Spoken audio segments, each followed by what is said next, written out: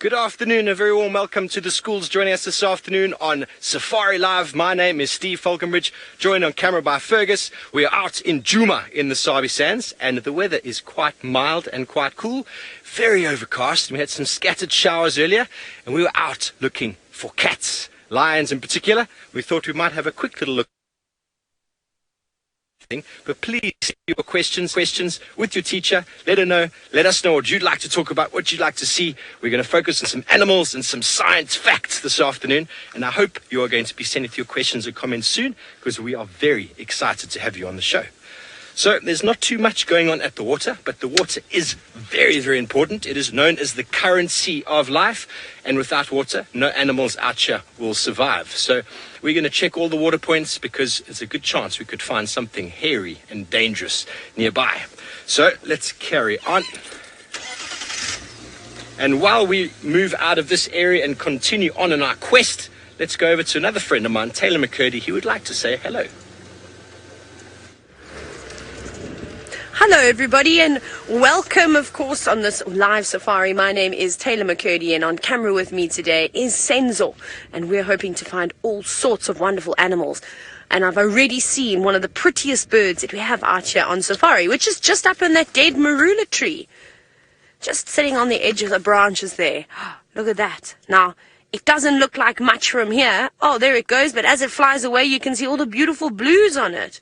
And if we're lucky enough to see it turn towards us, oh no, it's just being too cheeky today. We might even be able to see it's got a beautiful purple breast, and that's called a lilac-breasted roller. Isn't that cool? But it's sitting very, very far away now, and they are specialists at catching insects. It's really quite cool to see them, how they dive down to the ground. Sometimes they're even able to catch a couple of things in the air, which is amazing. Really, really nice. But we're coming down to a big dam called Chitwa Dam, where I think we're going to see lots of hippos, maybe a crocodile, but it's a bit on the cold side today. You can see it's a little bit miserable out here, hey? It actually feels like it's just starting to rain a little bit, but there's just lots and lots of these big clouds that are passing over. I'm hoping it's not going to get too bad. At the moment we're just sitting under a nasty cloud, because I can still see patches of blue sky. Look at that. Well, there's a patch of blue sky. The weather's really not on our side today. That's not very nice. Hey, oh well, we'll try and deal with it. What I have actually seen is another hornbill that's basically in the fork of the tree in the branches closest to us, Senzo.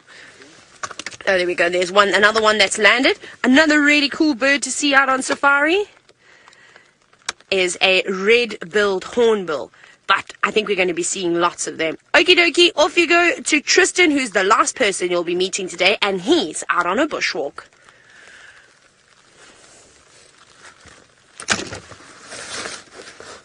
Oh, sorry, Bex. I know you guys are still with us, but as we're sitting here, all of a sudden the rain has just got so hard. So I'm very quickly going to pass this to Senzo. He's just trying to cover his camera. Like I said, it's just a small cloud that we're sitting under at the moment. But I just want to cover all the very expensive equipment. So you see we've got these really cool canvas covers. Pretty amazing, hey? I don't think we're going to have to go back for a roof. Like I said, I think if I drive down a little bit further, we'll actually be okay and avoid the rain completely. So we're just getting it organized here. I'm going to stand up. I'm just going to help Senzo very quickly, because you want to make sure, like I said, that we keep this equipment nice and dry. Are you ready? We're going to put the camera's pajamas on now. There it goes. And we're back. There we go. So we'll just quickly do that. All the radios and things need to stay nice and dry. And it's so strange to be having rain now. We should have not had any more rain. It should have been finished. But nobody says no to rain, because it is so precious, and we're coming into dry season now, so I'm almost certain that all the animals will be very, very, very happy with the fact that they're going to have extra water in the dams, the grass is going to stay greener for longer. You're all good, Sens. And look, now it's stopped. Now the rain has stopped completely. I think that's what we're going to be in for this afternoon, just little showers every now and then.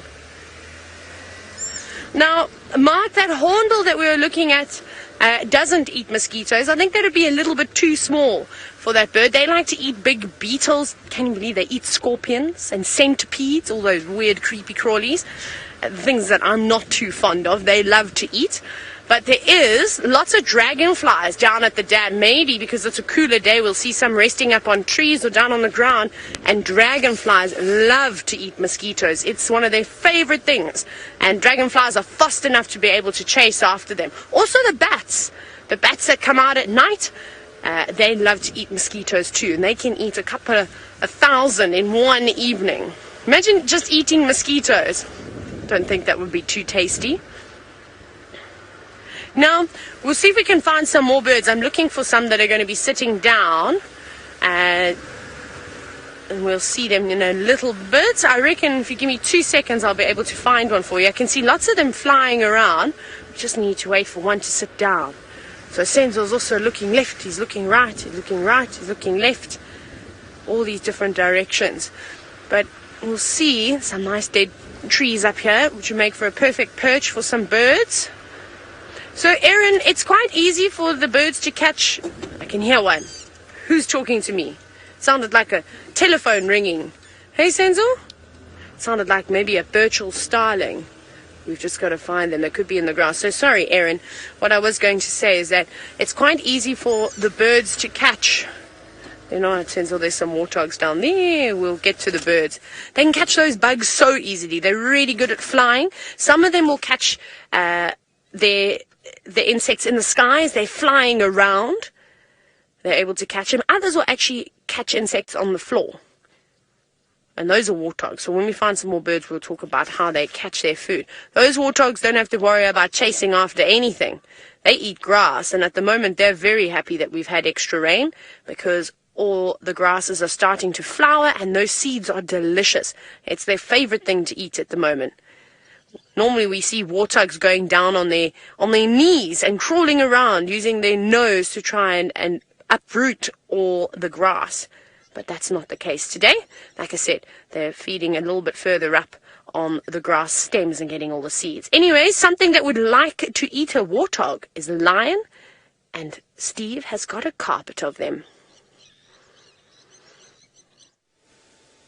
Yes, we have, boys and girls. Look at what we have found. We have found a pride of lions called the Nkuhuma Pride. It's a pride of 11 lions, 5 adults and 6 youngsters, and only one of them is a boy.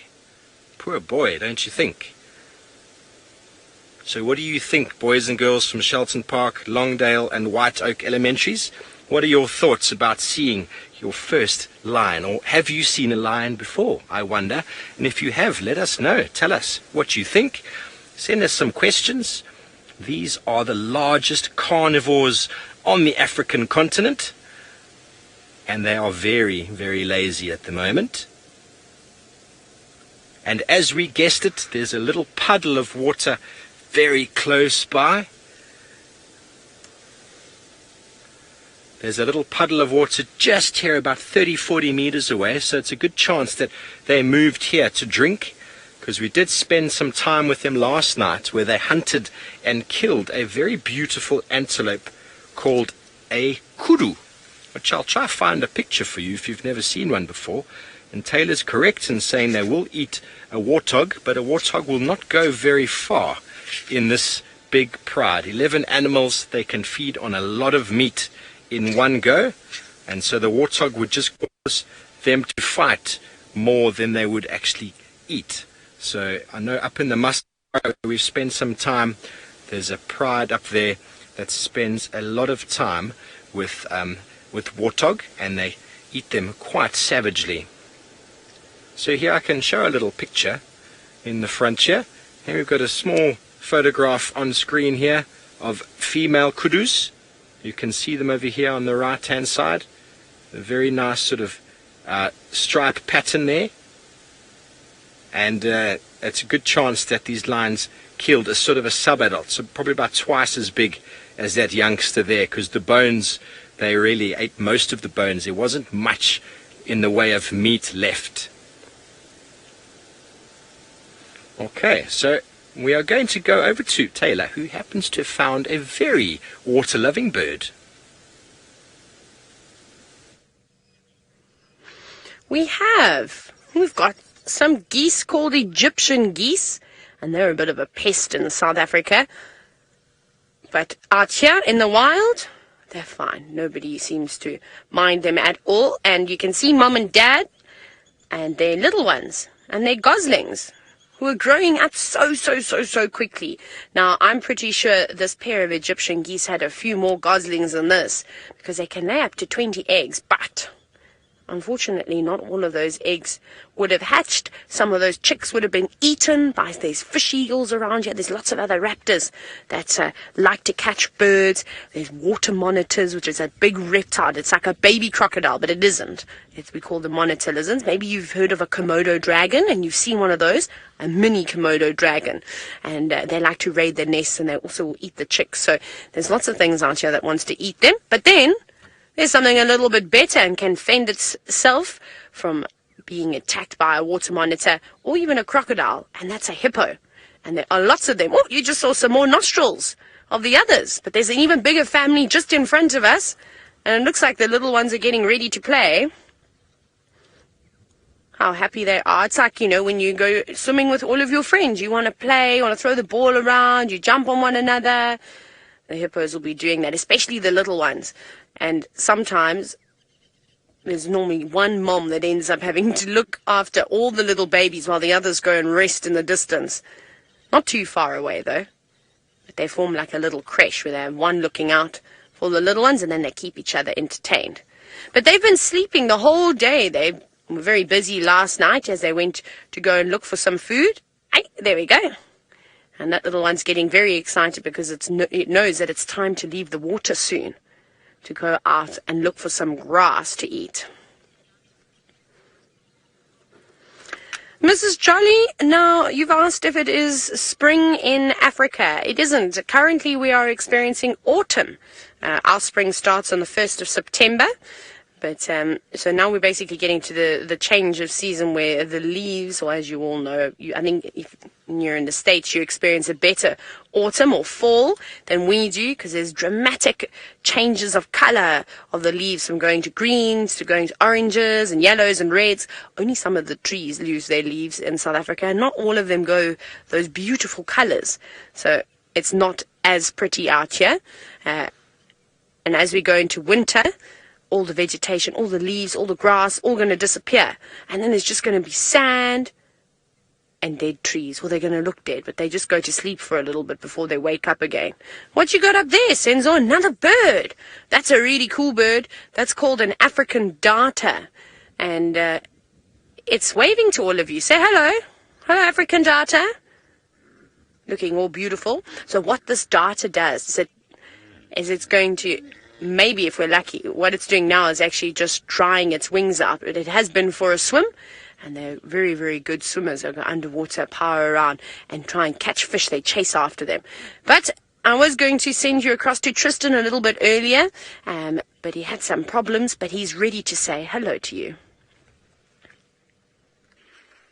Indeed we are. So we just had a little technical glitch, but we are definitely ready to say hello from the bushwalk side of things. So as Taylor mentioned, my name is Tristan. On camera I've got VM, the wildebeest, and it is a very, very warm welcome to all of you that are joining us, especially the kids that have joined us this afternoon.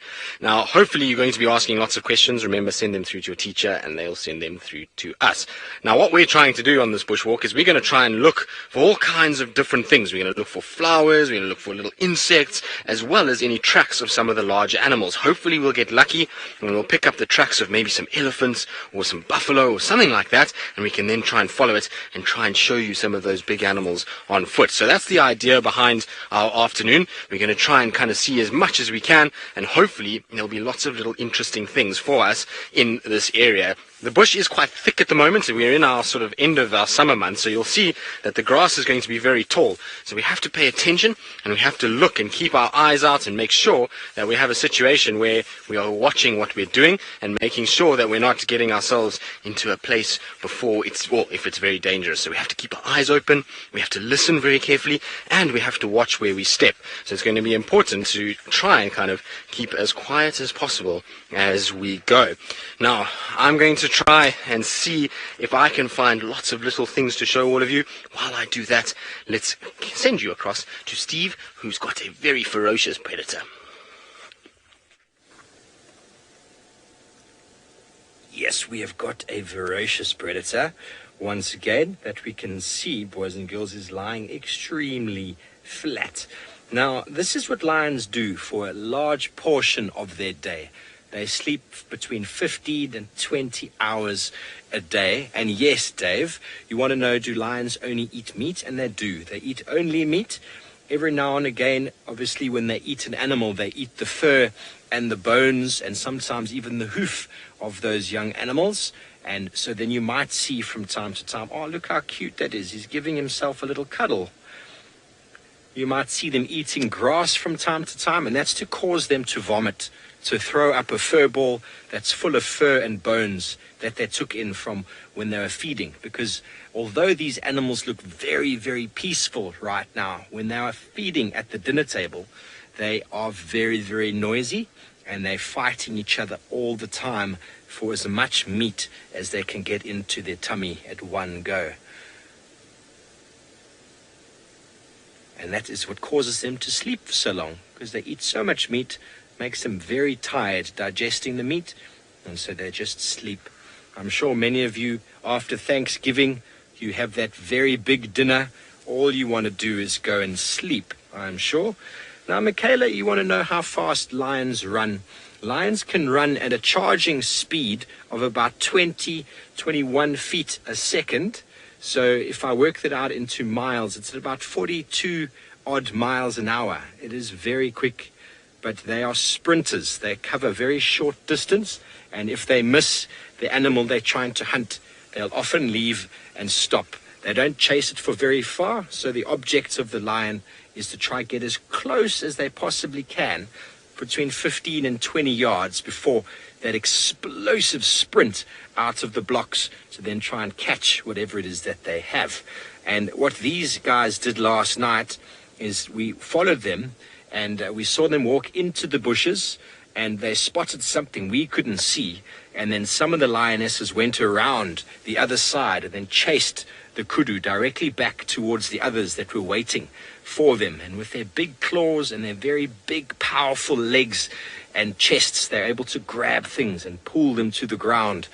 And with their very, very sharp teeth, they are then able to, sad as it might sound, rip the animal apart. It's their own knife and fork, you could say. They've evolved with their own knives and forks in their mouth. There is quite an old lioness. You can see by the size, and the nose is very dark as well. Mr. Sneed, you want to know how big lions get? And the average female lioness gets up to about close to 300 pounds, which is an enormous weight, whereas a male can get up to, let me work it out, close to 450, maybe 500 pounds. So that is about as big as they can get, but that is an enormous animal. If you work out that they can run at 45 odd miles an hour and they weigh that much, there's not many things out there that are able to get away when the lion catches them. So they are very, very powerful. And the benefit that the lions have is that they are in groups. So it's not just one of them. There's a whole pride that is willing to jump on the back of whatever it is they are hunting. So their combined weight and strength is what enables them to take much larger prey than they would do if they were on their own. A warthog would be a fantastic meal for a single lioness or for two, but as I said before, in a pride this size, a warthog would just cause them all sorts of naughtiness between each other. So they need larger prey like wildebeest, buffalo, zebra, and these lions are a very, very successful pride when it comes to hunting buffalo. You wouldn't think that they're dangerous, though, would you? Who wants to go and scratch him under the chin there? Anybody? I wouldn't advise doing it. It seems very tempting. And you see the grass moving there with the deep breaths that they're having. It's not very hot at the moment. It's only 29 degrees Celsius and 81 degrees Fahrenheit. It's a rather cool afternoon, but yet it is still very difficult for them to move because they save condition. Mrs. Hubble, the male lions, you want to know where they are, and I'm actually not sure. In the Sabi Sands itself, the male lions are sort of covering most of the prides of females, and so I think they're somewhere to the southeast, quite a few kilometers away from here at the moment, but there's no real reason for them to be hanging around these females at the moment. None of them are actually reproductive right now, and that is normally the purpose of the males hanging around the pride, is for reproduction. But at the moment they are moving around looking for all sorts of other fertile females, but they will be coming back soon because one of these females had some cubs and the last of her cubs has disappeared recently. We're not sure where. There was a confrontation of other males that came into the area, and that cub has not been seen since. And I think that was about a week and a half ago, plus minus maybe 2 weeks. And within a month of that cub dying, that female will potentially come into estrus, so into sort of her breeding cycle, and that will very, very likely attract the dominant males to come back into the area to sort of facilitate that. But when the males hang out with the pride, they actually cause all sorts of trouble because they are very competitive and they want all the food for themselves. And when you're much bigger than the females, you're normally allowed to have it, but it doesn't come without clawing and fighting and a punch or two thrown. And quite often these females can get injured when trying to compete with the big males, so they invariably just leave them alone and move off to hunt their own food.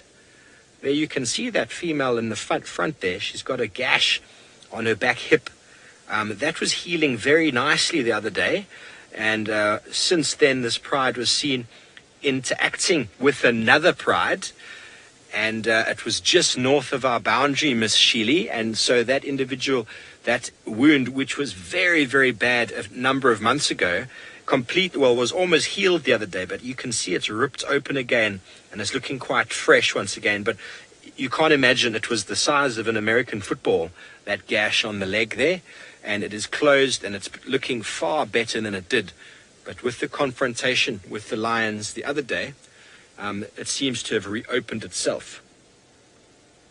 Look at the love there. Although they are quite sort of powerful when they eat, after eating there's lots of love and cuddling and licking and scratching. So from the largest carnivore in the African continent, we're going to go to the most dangerous with Taylor.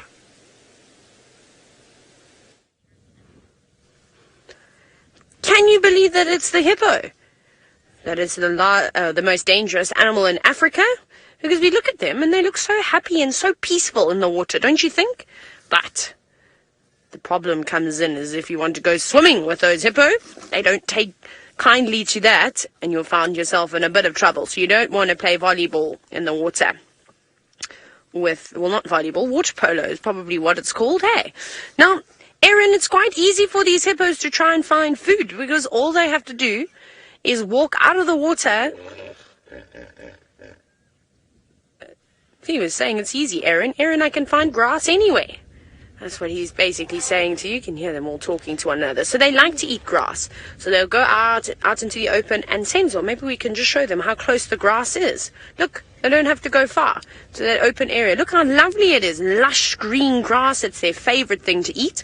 So they don't have to go anywhere. But remember how I was telling you that as we come into winter, all this nice green grass and the green leaves is going to disappear. Then the hippos have to walk very, very, very far to try and find some food. Sometimes they'll walk many miles and then they've got to come back again before the sun comes up. So they only feed at night time. Sometimes during the day, though, you do see them out of the water and eating. Oh, that one's splashing around saying, I'm hungry.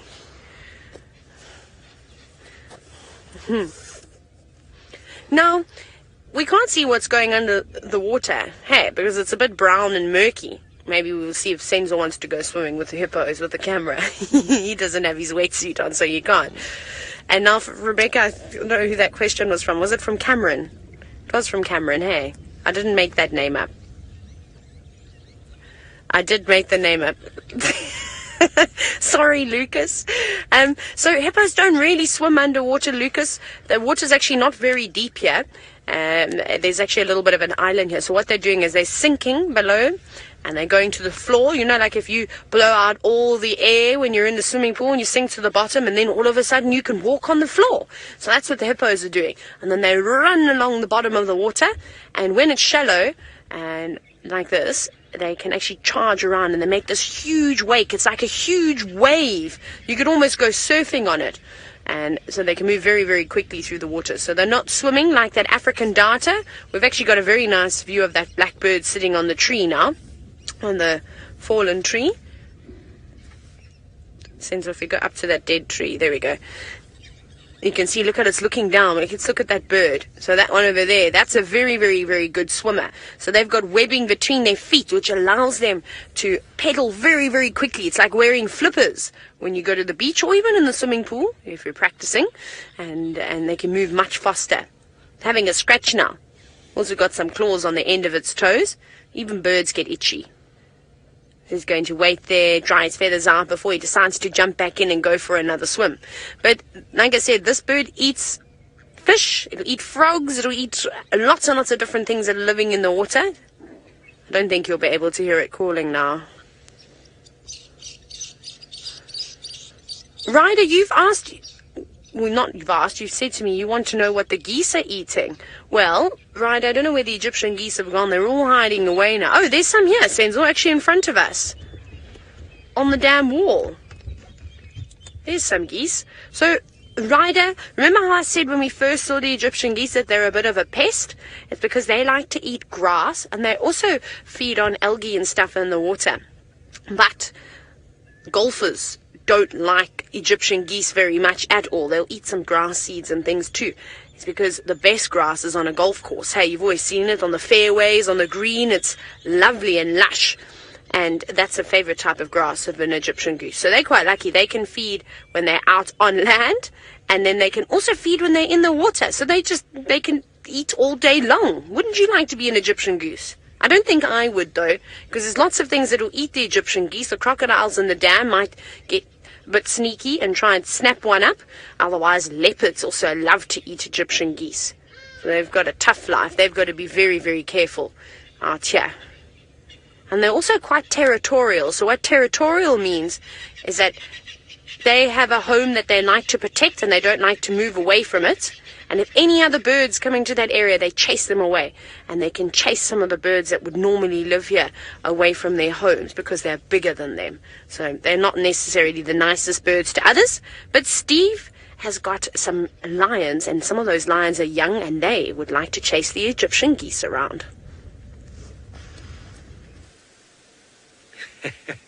Yes, they do. We were actually with these lions last night at a dam further north from here, and the Egyptian geese were getting very upset at the lions that were looking them up and down.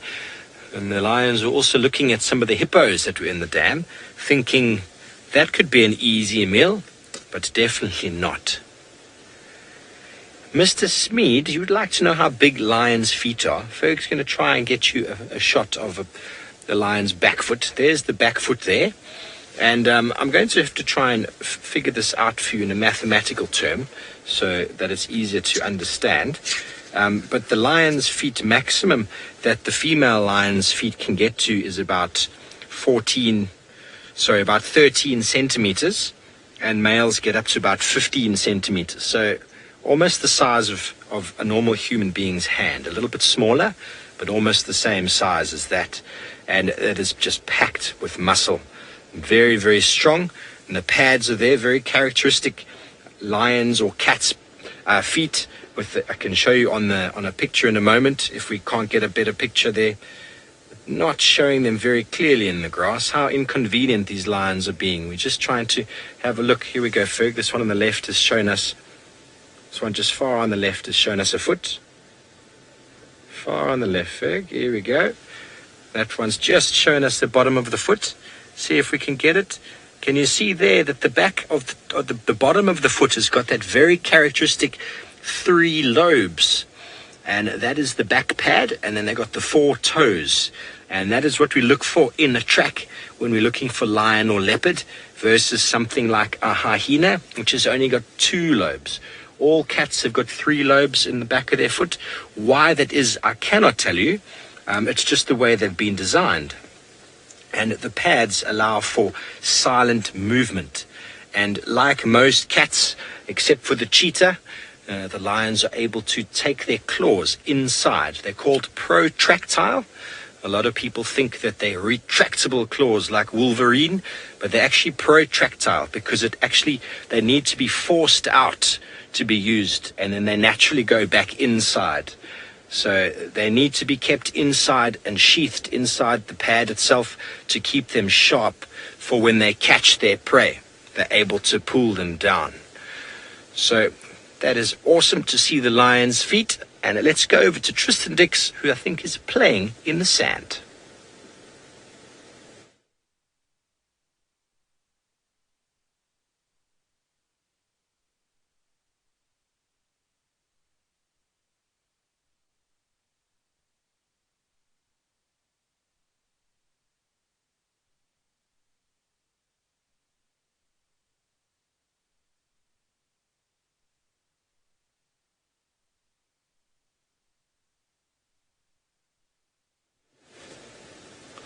Copy. And the lions, for some reason, boys and girls, have decided to get up and do some stretches. There's one standing up. And normally what happens when they stand up, it's because they need a little bit of a toilet break. And some of them are rude. They don't go very far. They'll go right there next to their sisters. There's a little bit of wind blowing. And this one lioness, can you see how she's looking? She's got quite a bit of intention on her face.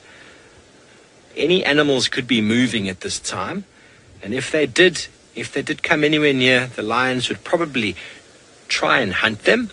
They are very opportunistic. They'll always try and catch something if it makes itself available. I think the wind and the temperature is just at such a perfect level that the lions might start moving now, or they might lie down again. Aaron, you want to know why lions sleep so long? Well, they have a very high protein diet, and it requires a lot of energy to digest it. So, like I mentioned before, after your Thanksgiving or Christmas dinner, when you've eaten one too many pieces of meat, you have to go and have a nap, don't you? And there's nothing nicer than a long nap after a big meal. And that's exactly what the lions do. Once their bellies are full, they don't need to do anything else. What's going on? What's going on, guys? Something in the wind. Did you hear something, Ferg? Do you see how quickly they stood up there? I've no idea what that was, but quickly they forget all about it. Sometimes just one of them might get a bit of a spook, and the movement of it gets them all up. You can see the young boy is on the right there, busy cleaning his face. Look at those teeth. Look at those teeth when they yawn. Well, while we wait for these lions to stand up, we're going to go back over to Tristan and his little critter. Well, indeed, this time hopefully you can hear me. And I was saying earlier that it's very good idea when walking around to pay attention to the little things. And we found one of the most interesting little bugs. I had to move my watch because it's trying to get to where it's dark, so I'll have to take that off. Let me move that out the way. Sorry, Vim, if I'm shaking a little bit. But this little guy, I've never ever seen one of these before in my life. It looks like it might be from the kind of aphid shield bug family, but it's got this very, very strange thing growing on its back. Now, I have no idea what's on its back. It looks like maybe a fungus of some sort. So that little brown thing on the tip there It looks very much like a fungal growth that's coming off of this particular insect. It's hollow on the inside, and it has no purpose, I'm sure, other than either to make it more camouflaged, or it's just a parasite that is on this little insect. And you can see the insect is kind of feeling with its feelers. And the interesting thing about this guy is how camouflaged it is. And it's probably why I haven't seen them before. You might find that there's a situation where there's lots of these little guys, but because it camouflages so well and it's so small, it makes it very difficult to see. And I'm going to show you just how kind of camouflaged it is. So what I'm going to do is I'm going to try and get it onto the sand again, because that's where it came from. So let's see if it will come onto the stick first. Come on, little one. Nope, it's good. Now it wants to stay on my arm. So I'm going to try and see. Is it on the ground yet? No. There we go.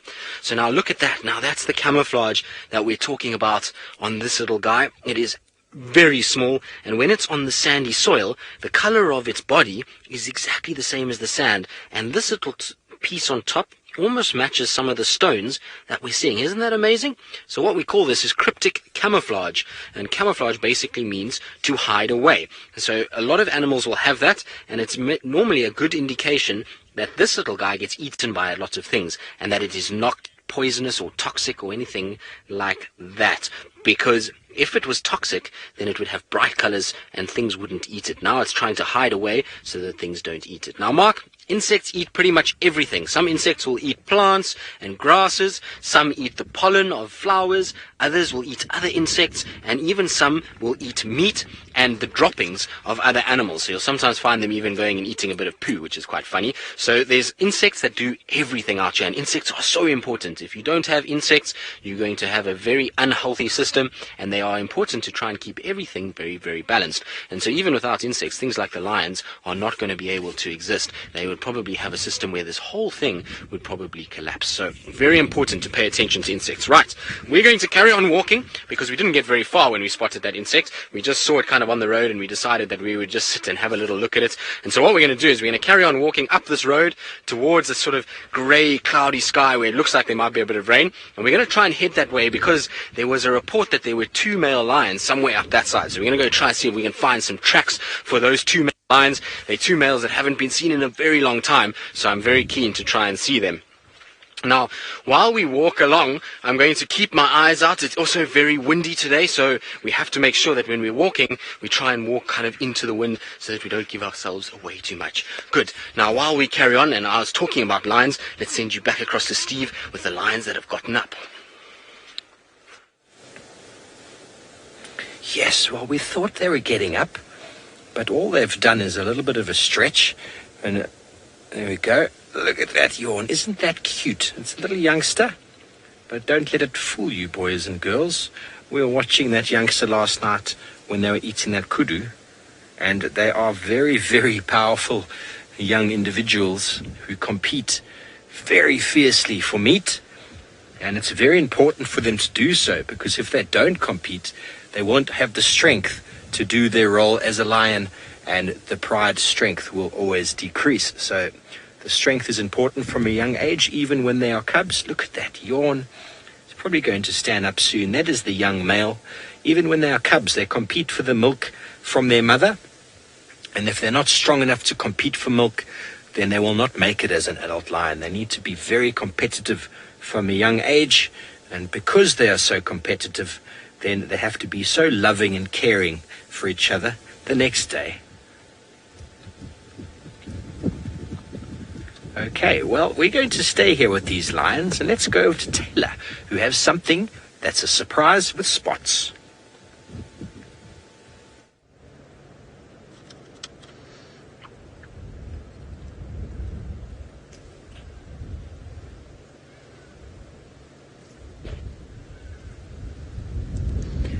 Oh, welcome back, everyone. Look who we've got for you. We've got a leopard that is eating a late lunch. Now, it's very difficult to see which leopard this is, but I think it's our young friend named Hosana. But it's very difficult to tell, as you can see, because he's buried in the grass. And the reason why I say I'm not sure that it is him is because I know that his father, whose name is Tingana, he is the resident male in this area, so he actually lives here. Remember how we were talking about Egyptian geese being territorial, how they protect their homes? Well, leopards do the same thing. And I know that his son, Hosana, who's not supposed to have any conversations with him, but they have a very strange and interesting relationship. The two of them hanging around together, well, more so Hosana trying to go and visit Dad all the time, but he doesn't want to talk to him because they normally leave when they're young. The boys, or the male leopards, don't play any part in raising the young cubs. It's just Mom that normally looks after them. And I don't know if he's come in here and maybe stolen the kill away from him, but I think it is young Hosana. But hopefully, I don't know how much meat is left on that little antelope. I think it looks like a little dacre, which is quite a small antelope. And he'd eat that quite quickly. Well, both Tingana and Hosana would be able to eat that very, very, very easily.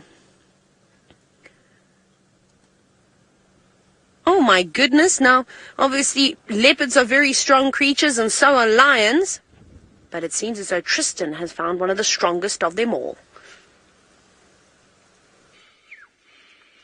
Well, these guys are very, very, very strong creatures, and they're strong because they can help each other, and so that's how they're able to move big pieces of meat. And so this looks like a little piece of meat that they've found somewhere, and all these ants are working together to carry this back to where the nest is. Isn't it incredible how they're going about it? It looks like a piece of meat. Like I say, I can't really tell for sure, and I don't want to touch it because I don't want to disturb them. But much like the lions work together as a pride to try and hunt and find food, so ants do the same, as they'll try and protect themselves as well as to find food as a unit.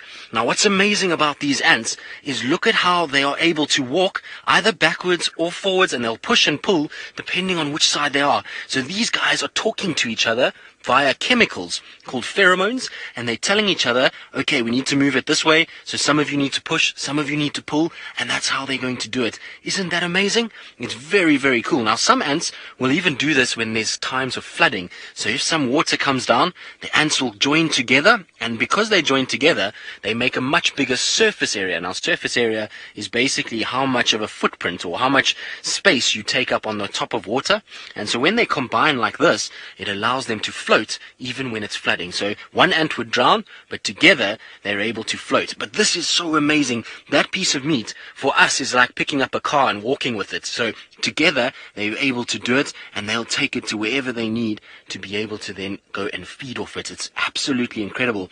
Now you'll see lots of other ants will come in and out and they'll move around. That's because they're probably still looking for more food. Ants' work is never done. So even though these guys have got food, the rest of the colony needs to go and find as much food as possible in order to try and feed everybody and to make sure that the eggs grow nicely and that the queen stays nice and healthy. It's an amazing, amazing thing to see. Like I say, ants are one of my favorite insects. They are so small, but they're so well organized, and they really do a great job at being kind of one of the most insanely clever insects that we have out here. Now, I'm not going to disturb these guys too much. They're busy carrying their food off to wherever they want to go for dinner. But talking about food, our little leopard with Taylor has managed to get himself a meal. He is munching his lunch and he's enjoying every minute of it, Tristan. And I bet that he is happy and that he's got a meal to keep his belly nice and full. Now, Ryder, if this is the young prince that we're thinking of, and Hosana, and I'm just looking at his ears look nice and neat. His dad's ears are very, very tatty in comparison to his. So he's just over 2 years old. So he's still quite young, but he's a big boy, especially when he's just eaten so much food. You know what happens when you go to a buffet, or if you've looked at Mom and Dad after Christmas or Thanksgiving. Hey, how much they can eat. Now, we're obviously not seeing him on the go, but leopards can move around quite amazingly. And Amani, they can run really, really fast. But what's more exceptional than how fast they can run, it's basically how many meters they can cover in just a couple of seconds. So a leopard can charge at 24 meters per second. I have no idea what that is in miles. I'm very sorry, I don't have much signal to try and convert it, but maybe your teacher can help you out. So 24 meters per second is his charging speed. And I reckon at top speed, a leopard could get to about 70 kilometers an hour, but that's not going to last very long at all. It's a very, very short-lived chase that. It's like the same with lions. They can only run it for a little bit, but they rely on stalking and getting up close to their prey and right underneath them before they pounce.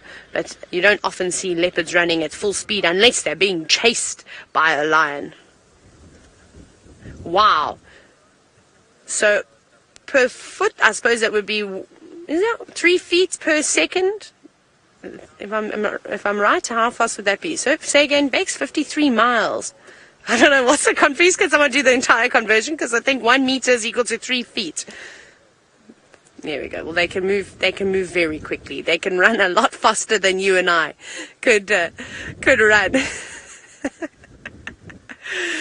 Now, if we look very closely at these leopards, you'll see that they haven't quite just got spots on their bodies, Rylan. They've got rosettes. So that is why leopards have rosettes and spots on their bodies, for camouflage. So you can see how that actually helps blend into the vegetation, into the trees, into the leaves. They're not going to be spotted very well at all. So it's quite cool the way that they're able to conceal themselves like that. But all animals have got different types of camouflage. But next time we'll talk a little bit more about camouflage when you join us again. But thank you to the 3 schools that jumped on board Safari with us. We loved having you today, and we hope that you enjoy the rest of your school day. And well, remember to do your homework and listen to your teacher. Don't be too naughty in class. But for the rest of you, we'll chat again soon. And in the meantime, I'm going to send you across to Steve.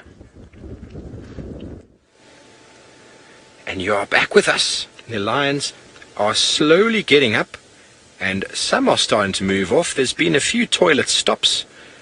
Some of them have been lady enough to move off from the rest. The one on the right not being so ladylike. But one is starting to move. The wind is coming from our right-hand side, and it's a good chance the ladies are going to start moving in a sort of northerly direction from where we are now, sort of a northwest, and we might get them moving, which would be awesome. It's quite early in the afternoon, but because it's quite cool and because the conditions are very, very favorable, it's windy, it's overcast, it's an ideal time to do some hunting. They don't expend too much energy moving in these conditions. One of the lionesses has moved off ahead. I can't see where she's gotten to now. She's just standing in the road.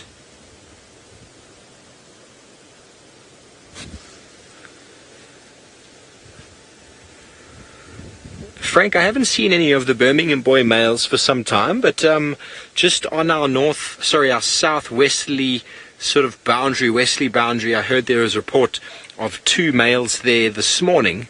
I'm not sure who they are exactly. They're not the Birmingham boys, they're not the Evoker males. I think Brent was with one of them last night, and now there are 2 there at the moment. So they would only cause trouble if they came around here. And there could be a whole lot of drama if they do move into the area, as there are some youngsters in this pride, like the one you see in the picture, that will get properly beaten by a big adult male. And if those males call, you will very invariably see this pride of lions moving in the opposite direction. So it looks like they're slowly moving towards the road there. I'm going to move up. Fergie, should we wait here or should we move up? Wait for a second, because there's some stretching happening, some cuddling happening.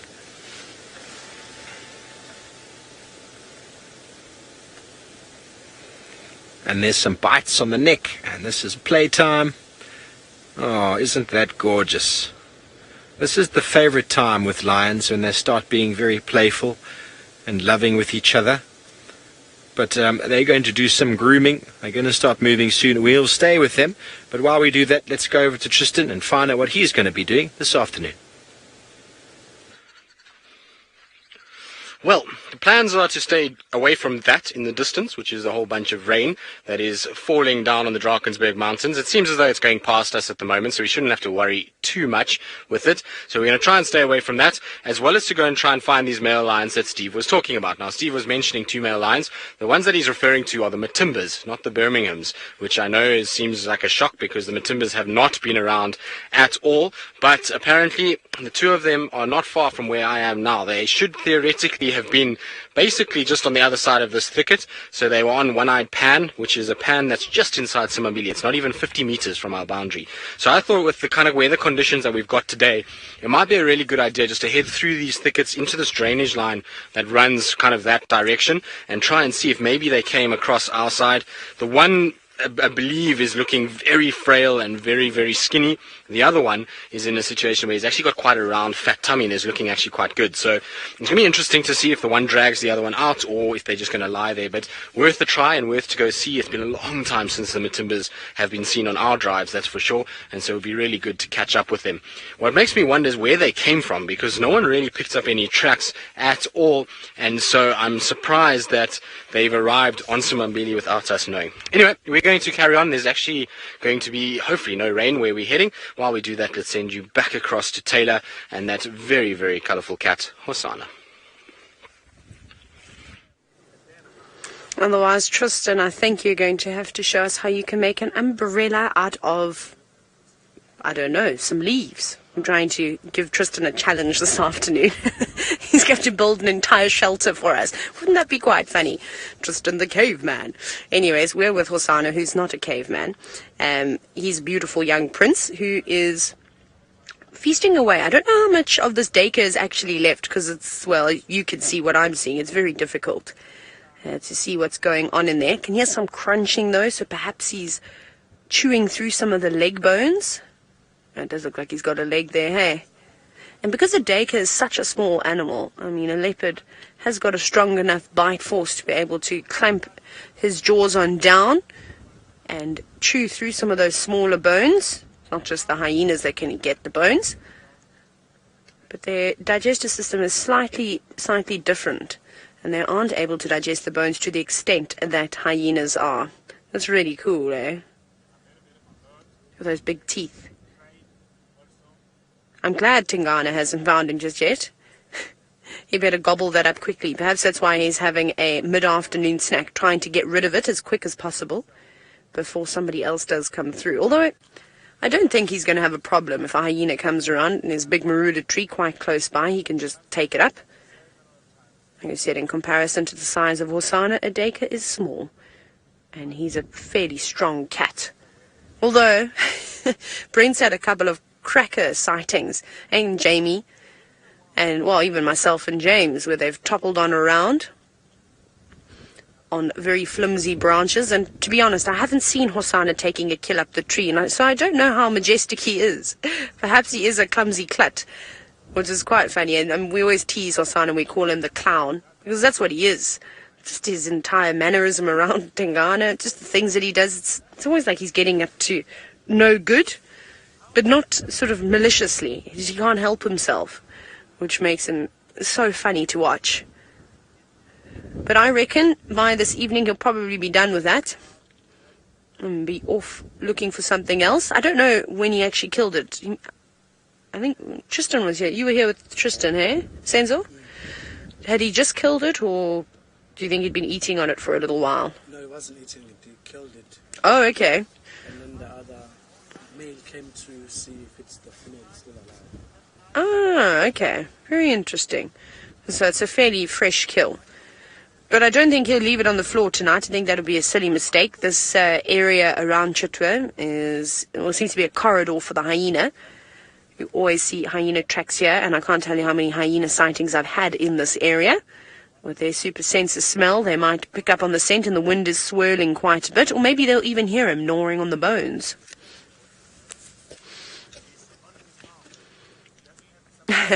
So Steve doesn't seem to be having too much luck this afternoon with the lions, even on this moody day with the wind and the build-up of big clouds, but perhaps they will wake up. Let's go see what those lionesses are up to.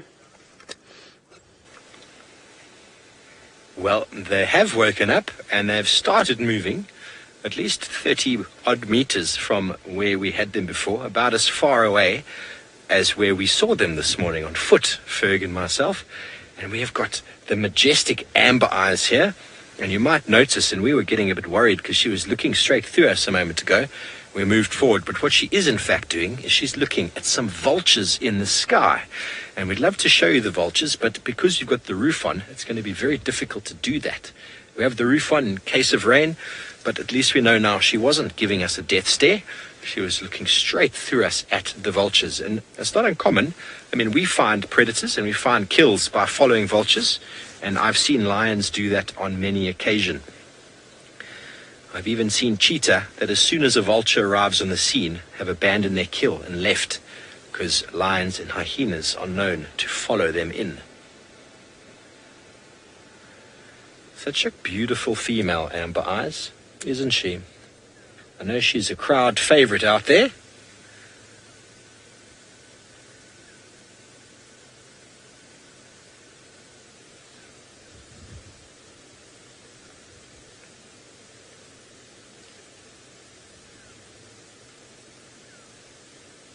Sir, you would like to know, very interesting question that a lot of people like to know, and it's got to do with cubs in a pride and when will males leave them alone. Well, while they are cubs and while they are forcing their parents or their mother to suckle, they will kill them. Invariably, some males don't kill cubs, but it can happen anywhere up to about 15 months, 18 months.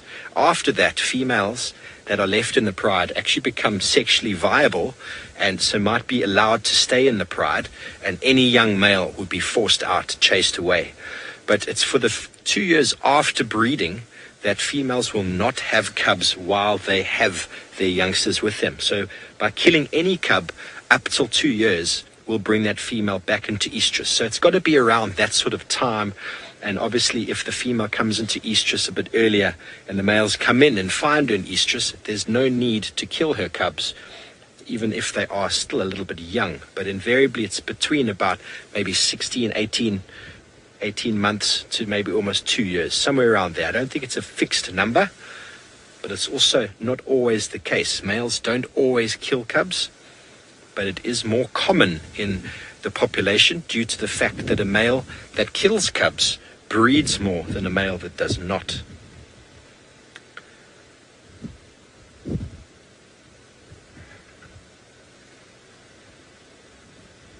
So we're being joined in the sighting by one of the Djuma vehicles. So if you do see or hear a vehicle, well, that is them. Amber Eyes is checking them out, seeing what it is that they're doing, making sure her pride is still good and happy. And so far, everything is good. One has gone down to the water to drink. Another one is on its way. Do you want to go check it out, Fergie? Oh, are we going to just disturb them too much if we move too much? Okay.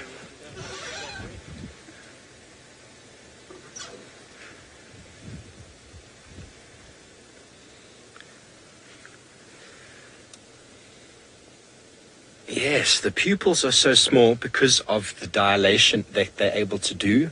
The light is very, very bright. We were looking at these lions last night with the infrared, and the pupils were completely enlarged, covering the entire eye. Or maybe not the entire eye, but that is one of the things predators or nocturnal predators are able to do, is they're able to change or control the dilation of that pupil. So when the light is strong like it is now, it's not that strong to be honest, but when it's quite strong or light, their pupils get very small, allowing in a very small amount of light. And as they go and the darkness prevails, the pupils become a lot bigger. So I don't know if any of you have got a domestic cat at home, but my cat I used to have, whenever it used to come from outside and suddenly materialize inside, it would arrive in with these shockingly enormous pupils. And it was always quite something to behold, how the cat also seemed very on edge. It's been out in the wilderness, out in the dark, and the pupils are completely enlarged.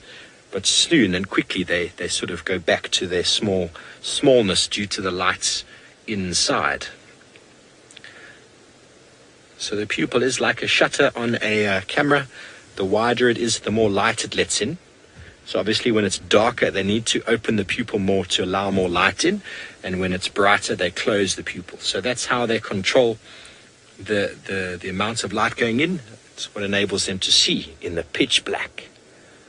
Okay, well, while we stay with this pride of lions, let's go over to Taylor with Hosana.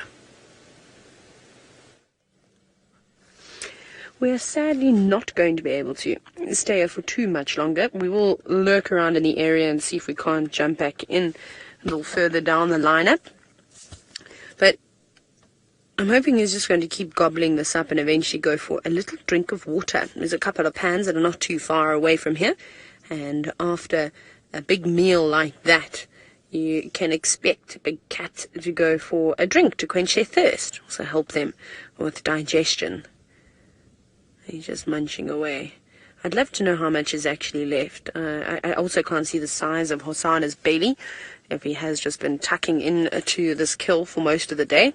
It hasn't been hot. There have been a couple of moments where it's been on the warmer side of things, but generally it's been quite cool. Lots of clouds constantly passing over. You can see there's a bit of a breeze. Actually, we're quite sheltered here. It's a bit more than a breeze, but I'm sure you can see that with Tristan on bushwalk. You see how he's using his feet to just hold that kill in place as he tries to scissor away with, using the carnassial shear, try and cut through some of that flesh.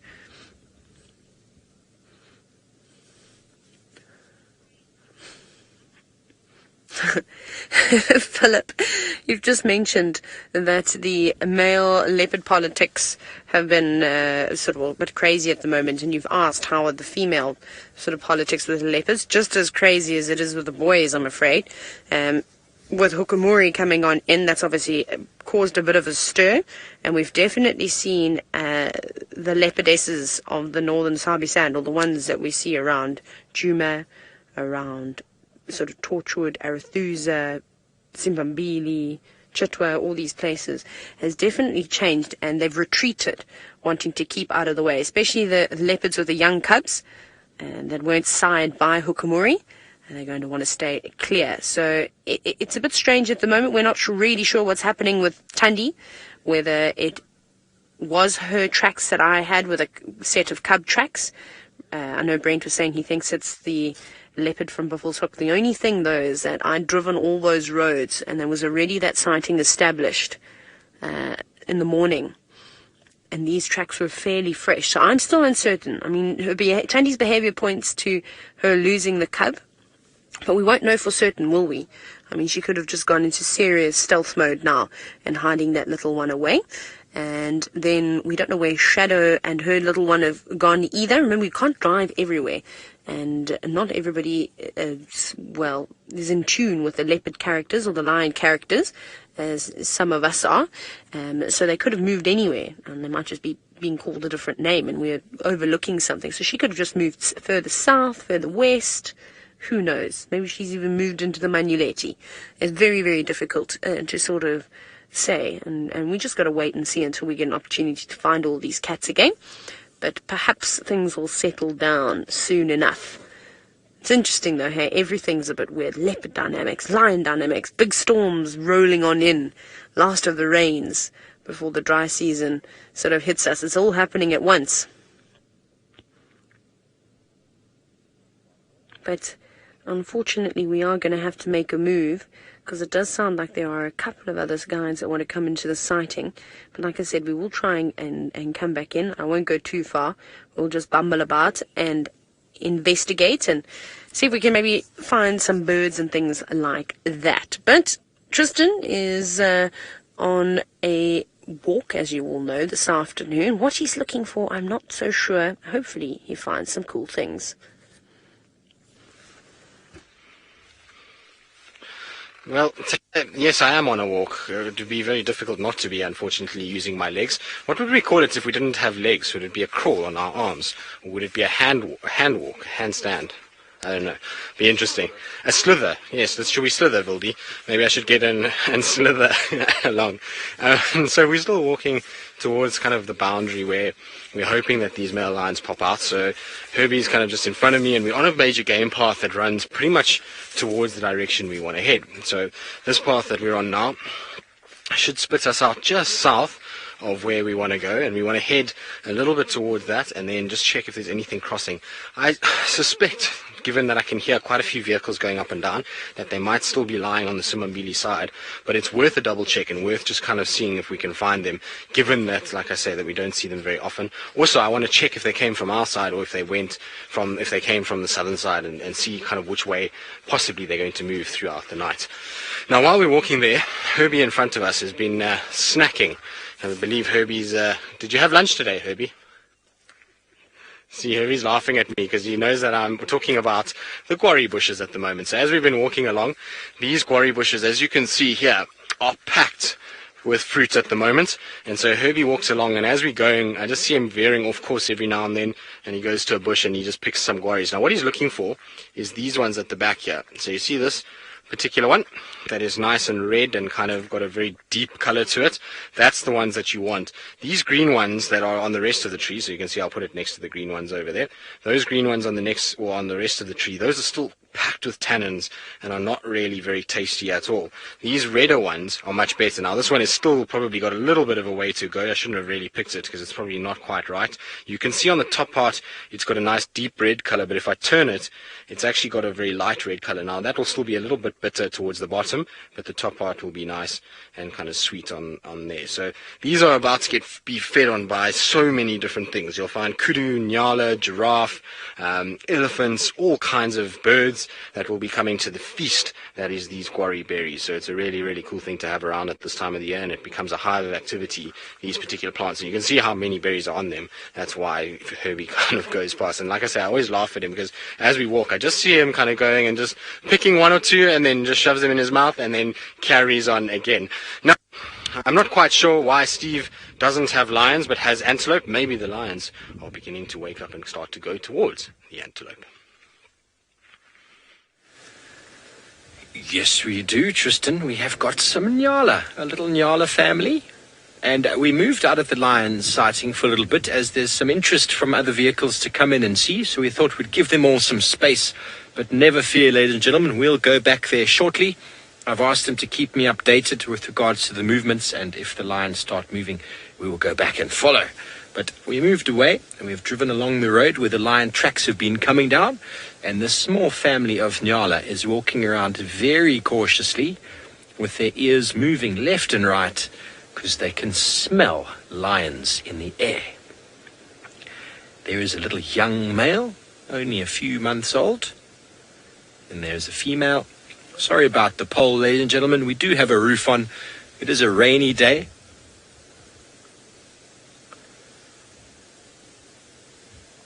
Niala, all animals are really, I believe, are born with a very, very good sense of smell.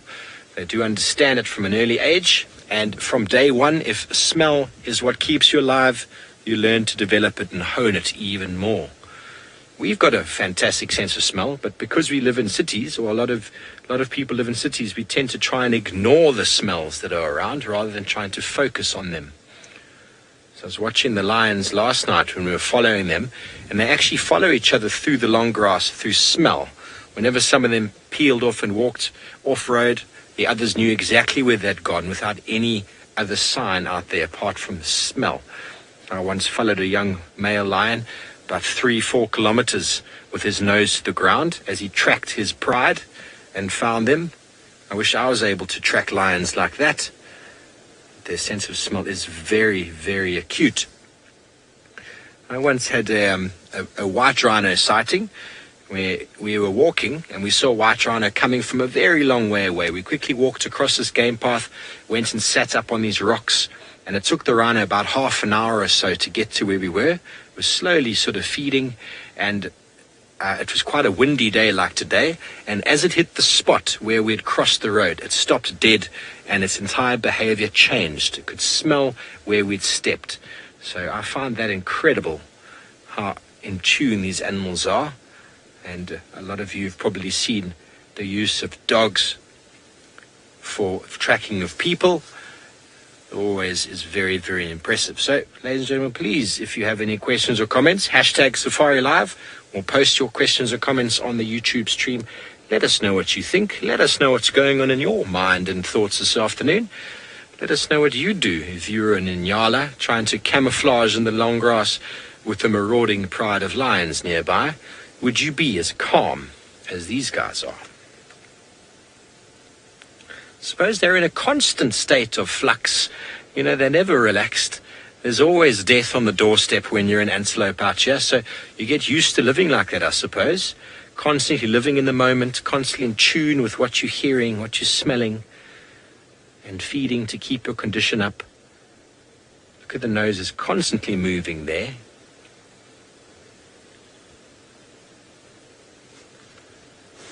Nedra, I'm thinking Niala horns start growing after about 4 to 5 months, maybe 6 months.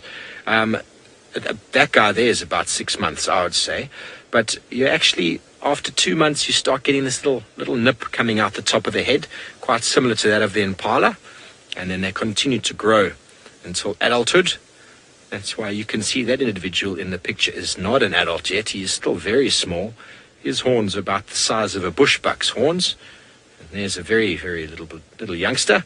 He still hasn't changed his color yet. It's marvelous that we get in to see them.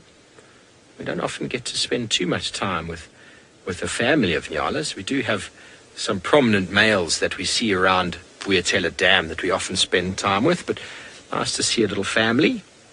And they're a good understanding of the sexual dimorphism of the males. And he's got the horns first of all, and then the white mane on the back, and the chocolatey brown. But he still sports the orange socks that the females have. You can see the difference in color between the female coming into picture. Okay, well, let's go back over to Taylor, who's left a cat that would love a Niala for breakfast. Let's see what she's up to. I promise we'll try and get back in there. The radio is going crazy today. I'm not sure if everybody's going to see lions and leopards. Let me just turn that game drive radio off very quickly. Senzo, do you not have comms? Okay, Senzo was doing this to me. That's language. So what I thought we would do is come and have a quick scratch for Kutaba in some of her favorite areas. I don't think she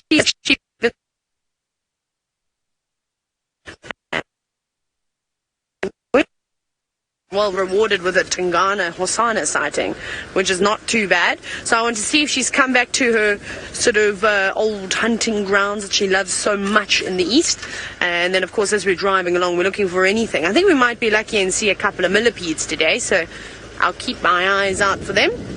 And birds. Birds is actually what we're looking for. Come on, birdie birds. Where are you? It's a very cool day. It's actually going to be quite chilly, in fact.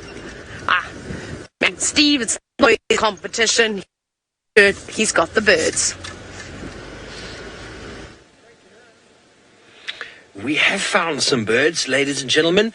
I don't know if you have seen these before on Djuma. This is my first time seeing these in my 3 months here. And I wonder if any of you out there knows what raptor this is. It is a pair. They have got feathers to the feet. Let's see how many of you avid birders out there are. Please hashtag Safari Live. Let us know what bird species this is. If it turns around, you'll see it's got quite a nice whitish chest and a little bit of a toilet break there. They are very effective in the fact that they hunt as a pair. There goes one. You hear the squirrel alarm calling as it took off, and there goes the other.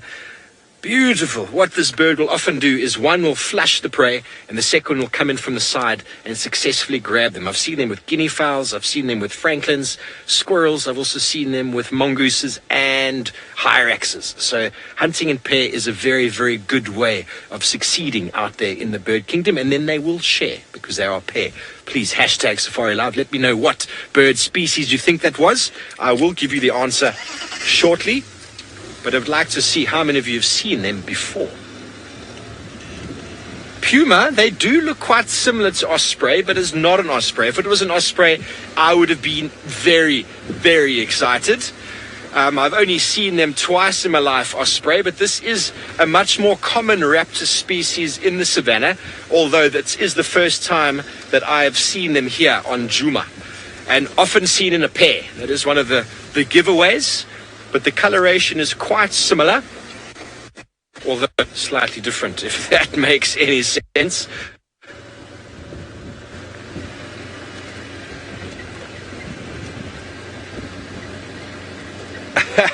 Peaheart is not a peregrine falcon, too small, but the colors are quite similar to that. I know we didn't get the best view of them in the world, so what I'm going to do is I'm going to show you a picture. If you just give me a moment to find it in here.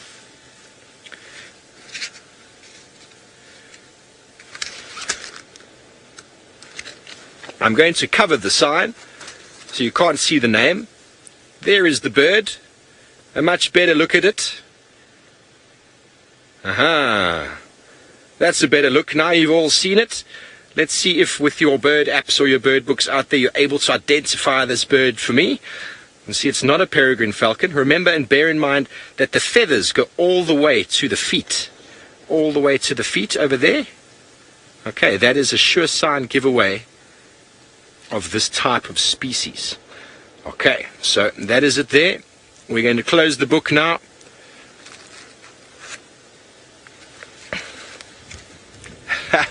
Paula, you are very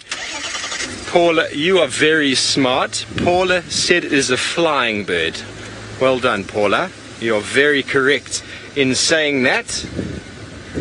Just pulling over here. This is a game viewer on their way down. And I think, did you say we're going to bushwalk next? I think we're going to bushwalk. I'm not 100% sure. If we are, we'll see you soon. You are indeed, Steve. You're sending to us.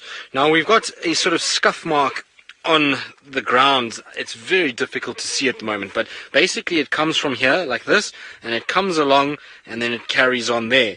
Now, there's a few indicators as to what this could be. There's a number of things that you would use to try and determine what track this is. Now, it's very, very obscured, and it's very difficult to actually see it, but essentially what you've got is you've got a rather thin And then if you have a look here, you see you've got a bit of dung from what looks like an Egyptian goose that has been flattened completely. And then you've got some sort of wrinkles that are around, also with some lines over here. So what this is a rather fresh elephant track. Now, you can't see it at all. And so you have a situation where you've got a very fresh elephant track, but it shows you how hard it is to track at the moment. We're talking about tracking cats and padded animals or with padded feet, and elephants who are massive and heavy. You'd think they'd leave really definite signs. But over here you can see it is very difficult. And the only reason we know that they're quite fresh is because they're pretty much on top of everything. They've nicked the end of this impala track a little bit, and there's these little striations from the hairs on the elephant trunk itself, and then these little wrinkles over here are from the foot. Now, these tracks were very, very fresh, and the reason why we knew that they were insanely fresh is because as we were walking up the road, Jim from Djuma, he came past us with the staff transport, and these tracks were on top of his vehicle, and that was a little earlier on. But unfortunately, the problem is that where we are now is right up close towards Sydney's Dam and on the boundary, and so if he's not at Sydney's Dam, which I don't think he's going to be, I don't think we're going to find this elephant. I was a bit excited at first because I thought we were going to be able to find it and see it somewhere here, but it seems like our Ellie, I think, has moved on already. But let's just double check at the dam itself and see what we can find. Remember, kids, you've got to look right and left and right again. Was it left and right and then left again? I never remember those things, as you... Exactly, Rebecca. It does depend on what country you're in. So here in South Africa, it's left, right, left. If you are in other parts of the world, like the US, where they drive on a different side of the road, then it's right, left, right. Now, before we go anywhere, seems like we've maybe spotted this elephant. So Herbie says to me he can see something. So let's quickly just try and get up here, because I don't think we're going to have too long to be able to see it. I'm just trying to look if I can see it. I can't see it now. I think it's gone over the dam wall, or it might be at the water itself. So I just want to head across. Herbie's just in front of me saying to me that it's going away from us, that we might get a long distance view of it walking away. But let's try and check. Like I said, they were very fresh tracks. We must have just missed him. But he's actually still kind of around by the sounds of things. Can you see him there, Herbs? Ah, there he goes. So our big bull, Ellie, is walking away from the water. He's already had a drink. And now he's just ambling off down away from Sydney's Dam, deeper into Buffelshoek and possibly even the Manuleti. It's a pity we missed him. He looks like a fantastic sort of specimen of a male elephant. He's a big, beautiful view. Now, VM's doing a sterling effort to be able to see that. That is very far away at the moment. So doing a wonderful job. Well done, Bildy. Now, this bull elephant will have no idea that we're here, given that we're following the tracks. The wind is also pushing from the right side of that elephant to the sort of southwest. So it will be going from his sort of front right across to where we are. And so he won't be picking up our scent. And the noise that we're making from here is definitely not enough for him to actually turn and see. But it's a pity we missed him. We must have, as you can see, been 10 minutes behind him, being on our side where we could have done a really nice kind of approach and watched him walking over the road. But anyway, it was exciting. Always good to see an elephant on foot, and we haven't been seeing too many, so happy with that. Right, let's carry on and see what else we can find, and see if maybe these males have crossed over. While we do that, let's send you back across to Taylor. Tristan, well done. Hey, following your nose today and rewarding yourself with an elephant on foot. Very, very cool. Nice to see one or two elephants around at the moment. I'm just waiting on the return of the breeding herds. So we've popped down into this drainage system, sort of in the area where Tristan last had Kuchava and her little one. And we're having a squiz because we still haven't seen any more tracks at all. So I wonder if she hasn't just got a kill somewhere around here. But it is so thick, the grass is tall, there are lots and lots of trees, which is going to make it quite difficult for us to try and find her. I was hoping we're going to have lots of birds alarming. Maybe she'd be on the move because it's a nice cool day. Not yet. We will try and have a look for Tingana too. I'm not actually sure where Tingana was. I think Tristan said he was around here somewhere. So I'll have to ask Tristan at some point where he last left him, because I like spending time with Tingana. And I think it's important that we do spend as much time as we can with him. Well, because he's not the youngest fella anymore. Let's go. Ooh, let's go this way and have a little look. The birds are also hiding for us. Ah, okay, so apparently he was last seen at the dam wall. Shall we go and scratch around behind the dam? I think that's what we will do. So we'll go the scenic way around. We'll jump down one of these roads that go sort of through the Mulanini, and then we'll go in front of the dam and sort of stop and have a look along the way for some birds. I'm sure we'll see the green-backed heron. Maybe we'll see some crakes that like to live on the island. So we'll look for all those different types of things. I like watching the green-backed herons fishing. It's always quite funny. Maybe the darter has dived in for another dip. Who knows? We'll see now. Okay, we're going to go down here, and then we're going to go past the ruins. Knowing Tingana, though, it wouldn't surprise me if he was just sitting under our noses. So when we left the dam during the school drive, we actually heard a waterbuck alarm call, and then everyone scattered right on the southern corner of the dam. So I don't know if they maybe got a whiff of Tingana. Perhaps. Oh, there's some waterbuck that have got their ears pricked. We better check down here because, well, this is Tingana's favourite spot near room 11. He loves it. But just up and in the distance is waterbuck. There's also some guinea fowl feeding in and amongst their feet, or their hooves, should I say. And waterbuck of varying sizes. Oh, everyone's nervous there. Also some starlings flying around at the moment.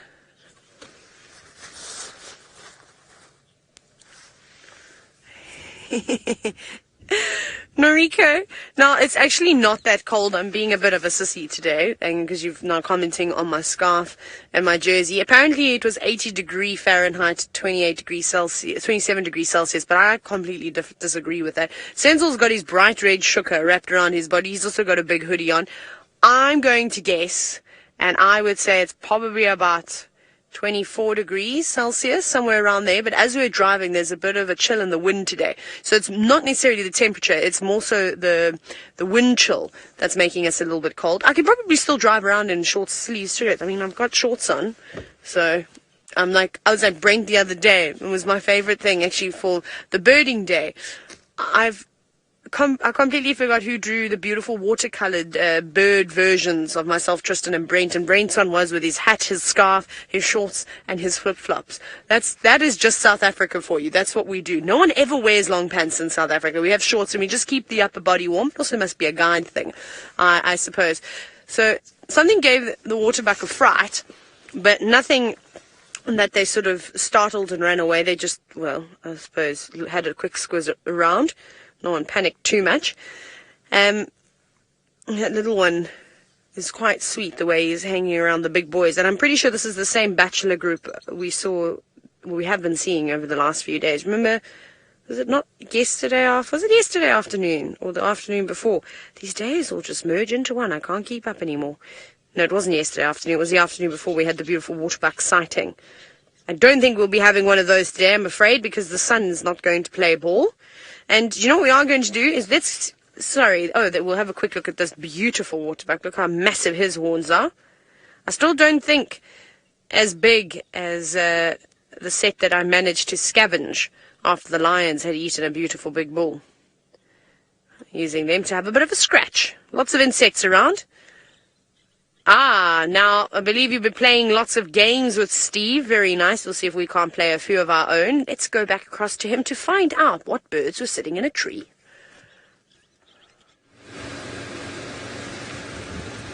You are back. I wonder if anyone out there has managed to figure out what bird it is that we showed you.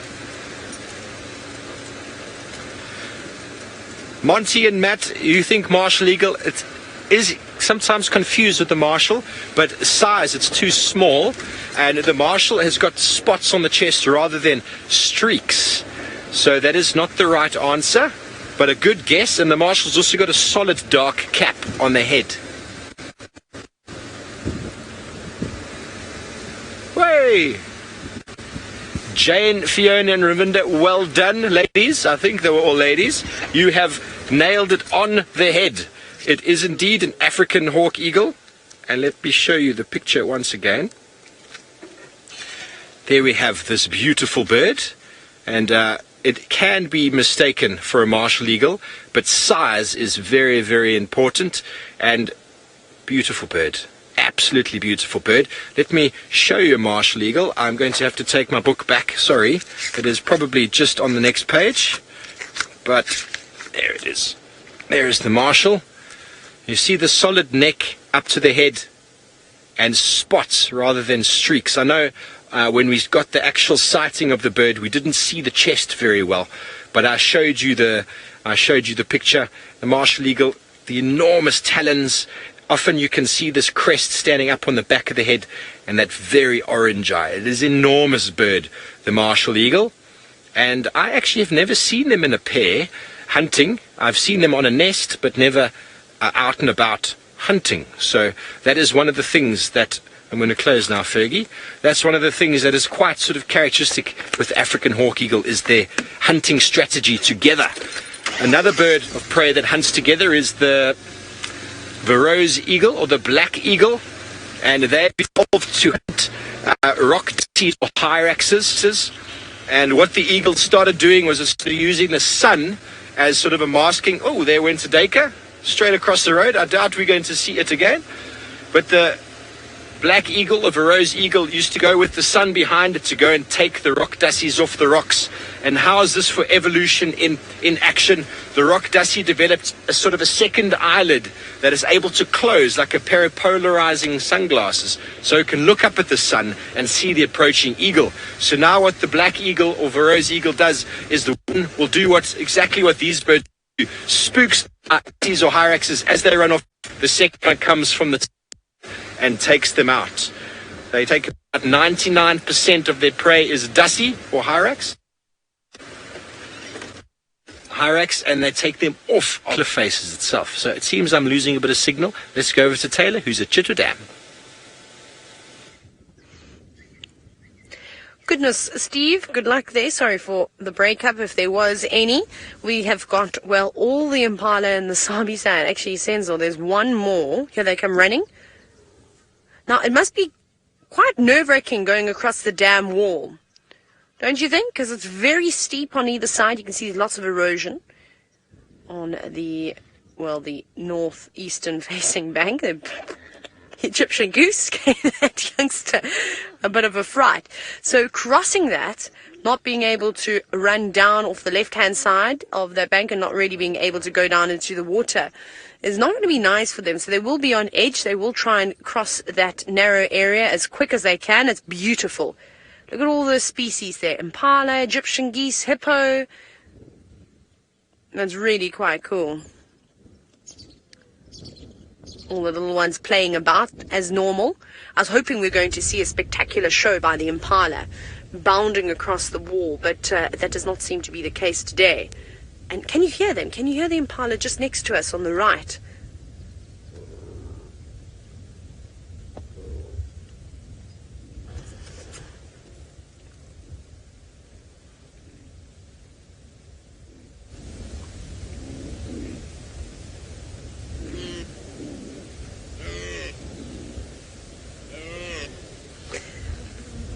I believe that the wind is a little bit overpowering. That's a pity. It is beautiful. They're very, very vocal.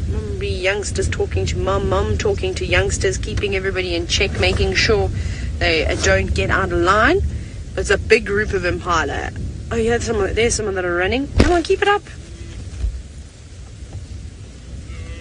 Oh, they were doing such big leaps and bounds. Silly impala. They don't want to put on a show for us tonight. Now, you may see the odd safari vehicle popping into frame every now and then. As you can imagine, there are lots of others out on drive. What are those two boys doing? Headbutting one another. Now, Matt, I'm pretty certain that impala would be able to swim if they needed to. However, I've never seen impala swimming before. But if push comes to shove, I bet they'd be able to try and get themselves out of some situations if they needed to. But it is something that I have not seen. But just because I haven't seen it doesn't mean it doesn't happen. Waterbuck are fairly good swimmers. Well, we've seen Topi crossing the rivers. Thompson's gazelle and the Mara crossing the rivers too. The wildebeest can swim quite well, so I'm sure that they'd be able to do well, as best as an impala can do with those little hooves. I'm sure it wouldn't be the easiest. They're much more suited to being on land and sprinting and leaping into the air. That they can show a lot of animals up just with those few techniques. And these two boys have decided that they're best friends now, and that they're going to stick with one another and headbutt one another. Here comes some bigger ram. Well, there's one big ram. No, two big rams. Going right in at the back. There's another youngster. Looking beautiful and regal. They're not looking as fat anymore. They definitely look like they've slimmed down slightly, and I bet that's from all the chasing that they've been doing. Starting to obviously come into rutting season now, and all of the big rams are chasing the youngsters around, booting them out, and also chasing the girls around. Goodness, there's lots of splashing going on. Can we have a look at those hippos, Senzo? Because they've been quite funny. That pod of hippos that we saw earlier have now sort of come together. Hello, little ones, and are playing on that island, having the best time ever. Oh, you can't tell me that you look at that and that's not cute. Look at that little one going, yep, I'm going to fight you. And a nice size comparison there between a cow and two youngsters of varying ages. Obviously the one in the middle, that little calf, is much younger than the one on the right. I would say that that little one is maybe 3 or 4 months old, and the one on the right is probably over 6 months old. That's so funny. They are such playful creatures, especially when they're young like this. I still yet to see a proper hippo fight since I've been here. Been lucky, I've seen lots in Zambia, and then I also saw quite a few in the southern Sabi sand. Yes, Mom, open your mouth to just show them what they've still got to wait to grow. Those big teeth. Little one, as Mom moves, is deciding I'm not going to get left behind. Yeah, you were all brave 2 seconds ago, porpoising through the water. So you can see how that little one struggles because it is so small. Having to sink down to the bottom and then propel itself from underwater. A little hop, skip, and a jump. All pushing one another around. Holland, they are very active, and this is quite typical. It's a nice, cool day. They're young. You know, they're full of energy, so they do abound about, as you can imagine. And they're just having the best time ever. I'd love to know what they were thinking. I'd love to know what they were shouting at one another. Normally, when my brother and I played like this, we would never play quite quietly. We would be shouting and laughing, and my dad would constantly be saying that we'd be shouting from inside as he'd be watching sport. Keep it down! Keep the water in the pool! You know, stop making such a noise. Taylor, settle. All the things that would be shouted at me. Can't imagine. And my brothers are quite loud as well. I'm louder than them, though, but they try. They definitely do try and keep up with me. But these little ones are not making too much noise just yet. Oh, Data, careful as you bound about on the branches. Almost just fell off a branch. Oh, very cool. Now, I remember I promised you that we'd try and look for crakes and green-backed herons. We did manage to find a green-backed heron, which I'll show you. It's just sitting, I don't know if you can see, Senzel, there's a tree that's been pushed in the water, and there's a branch that comes off, yeah, that one. There we go. Hello, beautiful. Sitting on a nice little perch. It's a good spot, hey? Quite low down to the water, so that that snake-like neck can shoot forward. But just preening itself at the moment, taking a moment. Very cool. Okay, well, we'll hang around at the dam for a little bit longer. Whoa, I don't know who's found one of the creepiest of the crawlies. Ugh, I've just got shivers just thinking about it. Indeed, this is not a pleasant animal, and I picked this up very, very gingerly just to make 100% sure it wasn't alive. So what we've got here is the infamous centipede, a rather, well, horribly colored individual. It's got this blue, and it actually smells horrendous. It really does stink quite badly. So this guy would have unfortunately probably been hit by a car, I would imagine, although it doesn't look like any damage from a car. It's got its situation where none of the exoskeleton is cracked or broken.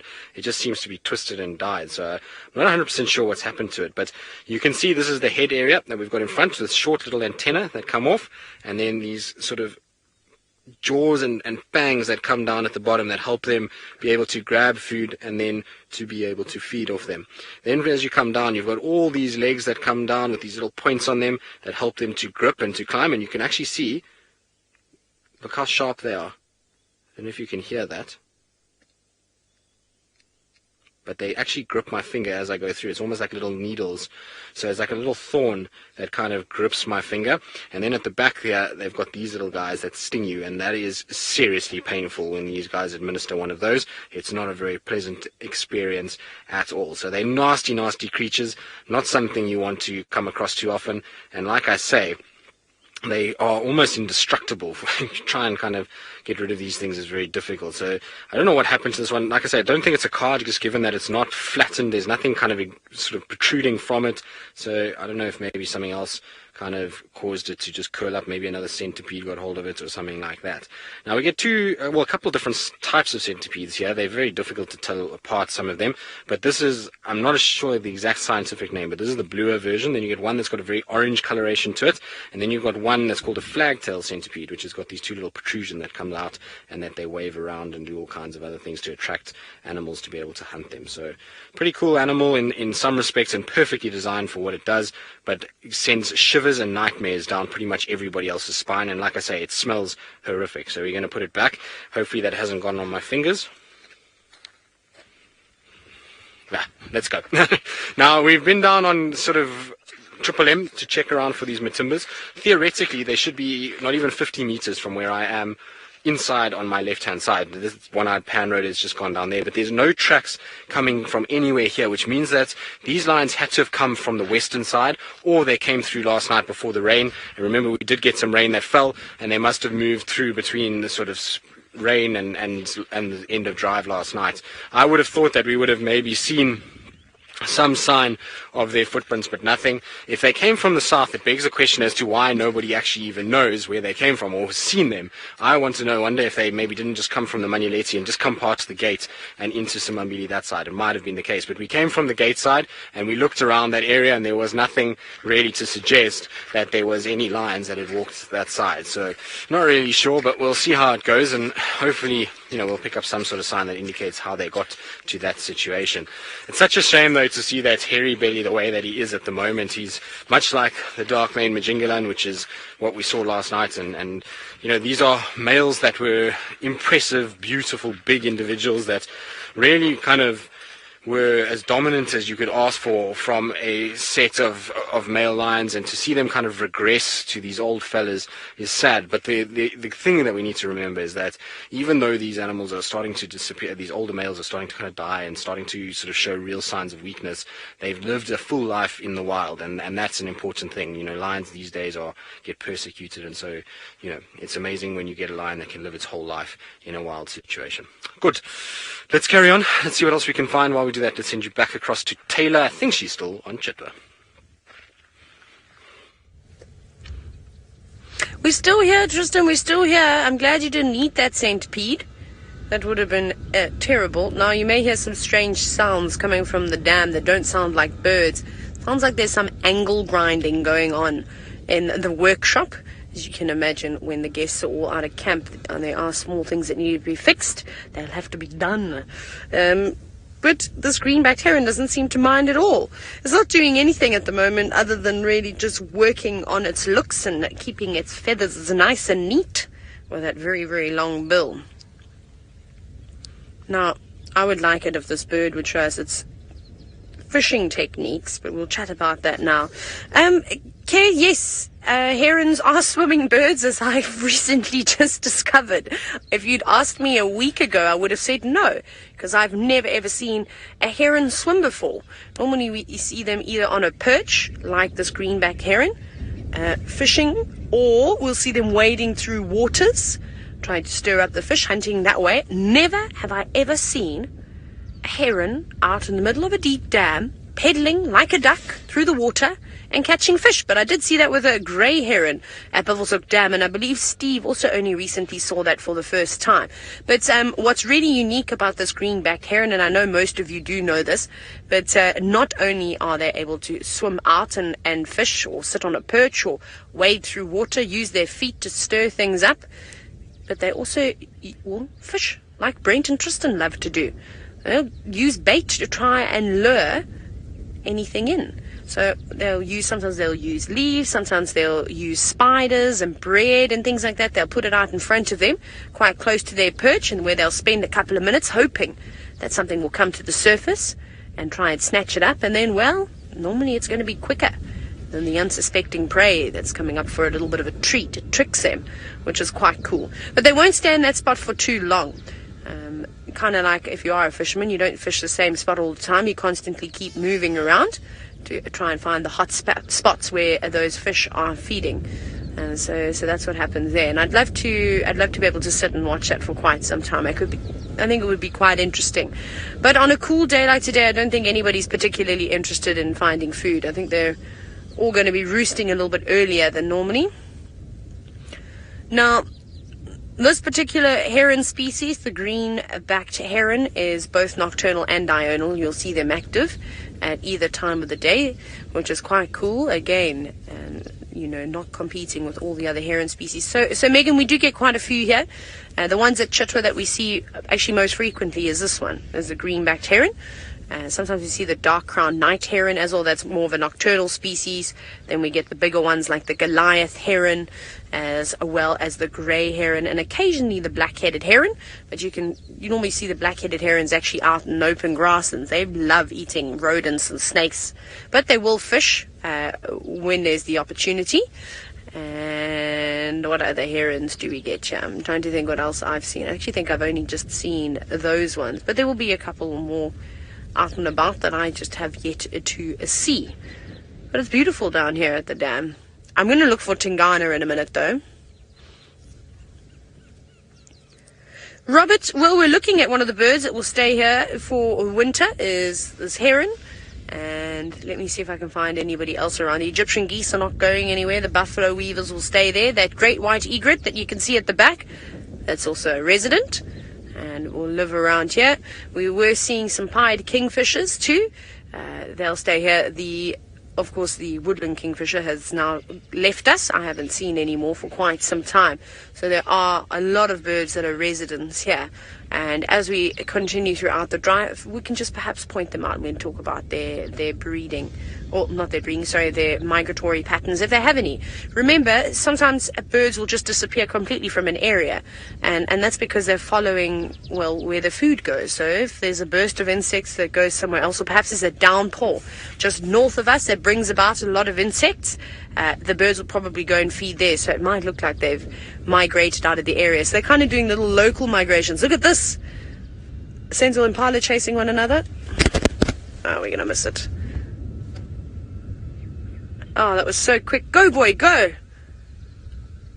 He's chasing. He chased a female right back over the dam wall. Awesome. Right. Off you go. Back to Tristan, who I'm sure is probably warmer than I am.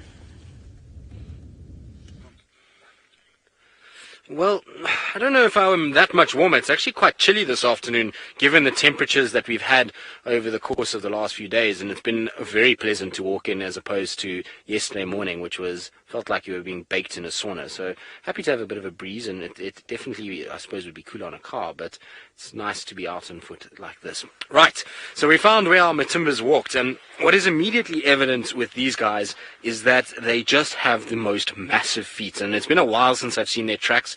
I always remember when we used to track these guys, just being impressed by the size of a foot. Now, yesterday we had a male lion, and we thought it might have been the Birmingham, and it turned out to be one of the Majingalan males that was kind of following the Nkuhuma Pride, and I showed you my hand size against that paw, and it was a little smaller than what my hand was, but not by much. But this particular paw, as you can see, my whole hand fits inside of it. So the Matimbas have always had massive, massive feet. The toes are at the edge here, over here, here, and here. And so my hand actually fits inside this particular male's track. You can see how massive the toes are. Big round pads. Now, of course, this is soft sand, and it does make a little bit of a looseness, but these are still huge, huge feet. And then this is the back of the pad here with the 3 lobes. And so they came out of Djuma, and this is where they stood, and then they went up into Simambili. Now, I'm interested to know which way they walk, because these tracks are on top of the rain, which means that it was early this morning. And this morning I drove not too far from here, and there were no tracks. So they must have been inside this block and sleeping when the rain had occurred, and then they came out and crossed over and were then found in Simambili. But really cool to see their feet again, just because of how big the sort of size of their feet are and how big they were as individuals, and you kind of remember them as these massive big males.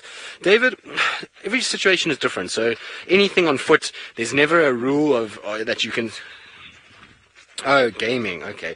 So there's never a rule when it comes to approaching animals on foot as to distances that you can achieve and how close you can actually get. There's a situation where it will depend on the day, on the wind, cover that you've got available to you, where the animal is itself. So all of these things make life a little bit more challenging. And so with lions, obviously you normally see them from quite far, and you would like to see them from further away, because then you don't disturb them.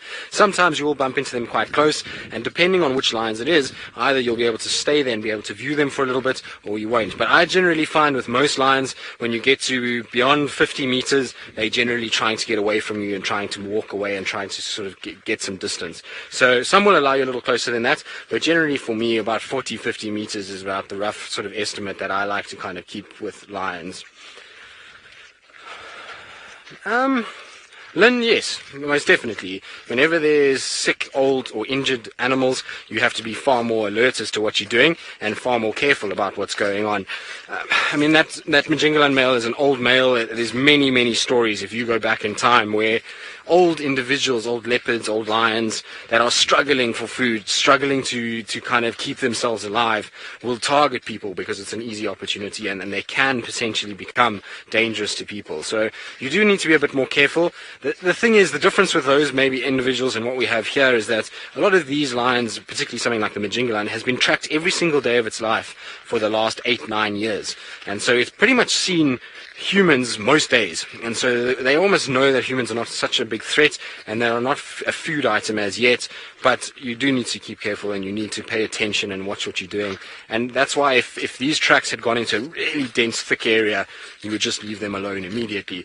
The problem is that we don't always know who tracks belong to. Remember that we haven't seen the Matimbas in well over, or almost a year now, since they were last seen, and so you wouldn't know if you found these tracks that these are the Matimbas. You would have said, geez, these are big male lion tracks, but I'm not 100% sure whose they are, and you would have kind of just had a look and tried to kind of see what was going on, and you might have then thought, okay, well, maybe it's just the Birminghams, that's just, their feet are bigger, and you kind of go from there. There's no ways, if I had shown that track to any single person here, that they would have told you it was a Matimba's footprint that they had found. So, interesting, and the fact that both are still alive is absolutely fascinating, because many people have reported that Hairy Belly was dead and it's just Ginger that's alive. But as we can see, the two of them are still together. Yes, they're in bad shape. Well, one of them is in bad shape, but it just goes to show you that sometimes because you don't see these animals, it doesn't mean that they are dead. So it's good to see that they kind of still around. Right, we're going to cut off this main road now. I'm pretty tired of the roads. I want to get into the thickets, and so while we do that, let's send you back across to Taylor. Look at how beautiful this is. Isn't that amazing? So me turn the game drive radio off again. It's a rainbow. I don't know why I hesitated there for a second, like I'd completely forgotten as to what I was staring at, but there we go. Shall we go and find the pot of gold? Rebecca, who's directing, thought I was going to do a quiz with you to try and guess as to what that is. Very funny, ha ha ha ha ha. But it's quite nice with the impala just seated below it. But unfortunately, it looks like that rainbow is in Torchwood, so we won't be able to head there. But always really nice to see. And not a complete rainbow either. It's just half a rainbow. Actually, a quarter of a rainbow. But it's still quite beautiful to see. Oh, I wish we had a double rainbow. That would be nice. Oh, and then look what's happening on the left. My goodness, we better take full advantage of what we're about to see. It's the sun. It's been a while since we've seen that. I don't know how magnificent our sunset is going to be tonight, but we might as well just appreciate it. It's very moody. The sun's still got maybe about another 20, 30 minutes to go before it completely disappear behind the horizon. But it's still quite nice with all the maruda trees, the knob thorns and things. It is beautiful here. It's a pity we don't have a big vulture or an eagle of sorts sitting on top of the tree. Oh, I found one, Senzo. This tree, this really big tree just off to the left of the road, there's a go-away bird sitting right on top of it. Can you see? Yeah, up top there. There we go. There's a silhouetted bird for you. A go-away bird that does not seem to be very, very happy at all about this miserable weather. Is shouting and probably getting ready to go about its day. I'm just going to let Justin's just quickly sneaking on past me. If they go. Now, just to give you a very, very quick update, unfortunately we're not going to be able to go back to Hosana. There's about 300 people that want to still see him, and we've only got about an hour and a bit left. And I think there was about a standby 7 available, so I don't think that sighting will go through quick enough, as they've only just rotated the next round of guides. But at least we got to see him for a little bit, and we'll try and figure out where he is tomorrow morning. Right, let's carry on though. I think we're going to leave Chitwa and go and see what else we can find. We're going to head back towards Djuma now. I can also take my now. I'm not even going to say the end of that word, or that I was going to take these things off, because I know what will happen is I'll remove them. That's what will happen. So I don't know where we'll scratch around on Djuma, but we shall have a little look. No, Rebecca, I'm not mentioning that 4-letter word. I'm too scared, just in case, because we got lucky. It was crazy how there was like this belt of really, really terrible cloud that was overhead, and And you saw it right in the beginning, and I thought, no, this is ridiculous. It's not supposed to rain now. And then it did. We got a little bit wet, but now we haven't seen any more rain. Could still come, though. It could definitely still pass on by. So, yeah, maybe we'll go check up towards Quarry Pan, or actually, I don't know where the lions are, so I suppose it will depend where the lions are. That will determine where we head to next. I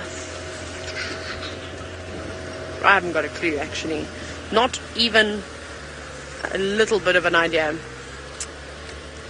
Okay, so I don't know what Steve has been doing. He's always up to no good. Let's go and find out. I'm always misbehaving. Of course I am. Thanks, Taylor. We have been driving around and enjoying ourselves. It is a marvelous afternoon. We were looking at the same rainbow that you were looking at a moment ago, and it seems like the vehicles that were viewing the lions have moved off. So we did a big loop up to Buffelshoek Dam. We were going to do a little story about hippos, but then Taylor had hippos playing around and having fun, and our hippos were not doing anything at all. So we decided to move off, and now we are nearly back in the last place of the lions, and we're hoping they haven't moved off. The last vehicle was there 5 minutes ago, but it is amazing what can happen in 5 minutes out here. I remember back in my early days as a trainee in Singita, I spent some time with the lions, and you'd often go out and sort of have a little bit of a nap and wait, and then they'd be sleeping around the car, and you'd look back again and they were all gone. It was quite a frightening sort of thing to have happen, because you know, when you're quite new to the whole situation, you also think, what is stopping them from climbing in my car? And you know, to be honest, folks, there is nothing stopping lions climbing in. They just don't, thankfully. I think the first people who came into these areas back in the day had roofs on their cars and sort of windows and doors, and those lions sort of learned to leave those cars alone, and slowly over time, the habituation process, we've established the lions don't come too close. But every now and again, like last night, I had a youngster who's quite interested in my wheel, and so I have to talk quite sternly to youngsters to say, like, don't do that, please, so that they learn not to associate the car with something they can play with. We're just going through this depression. We're losing signal. Let's got better signal than me.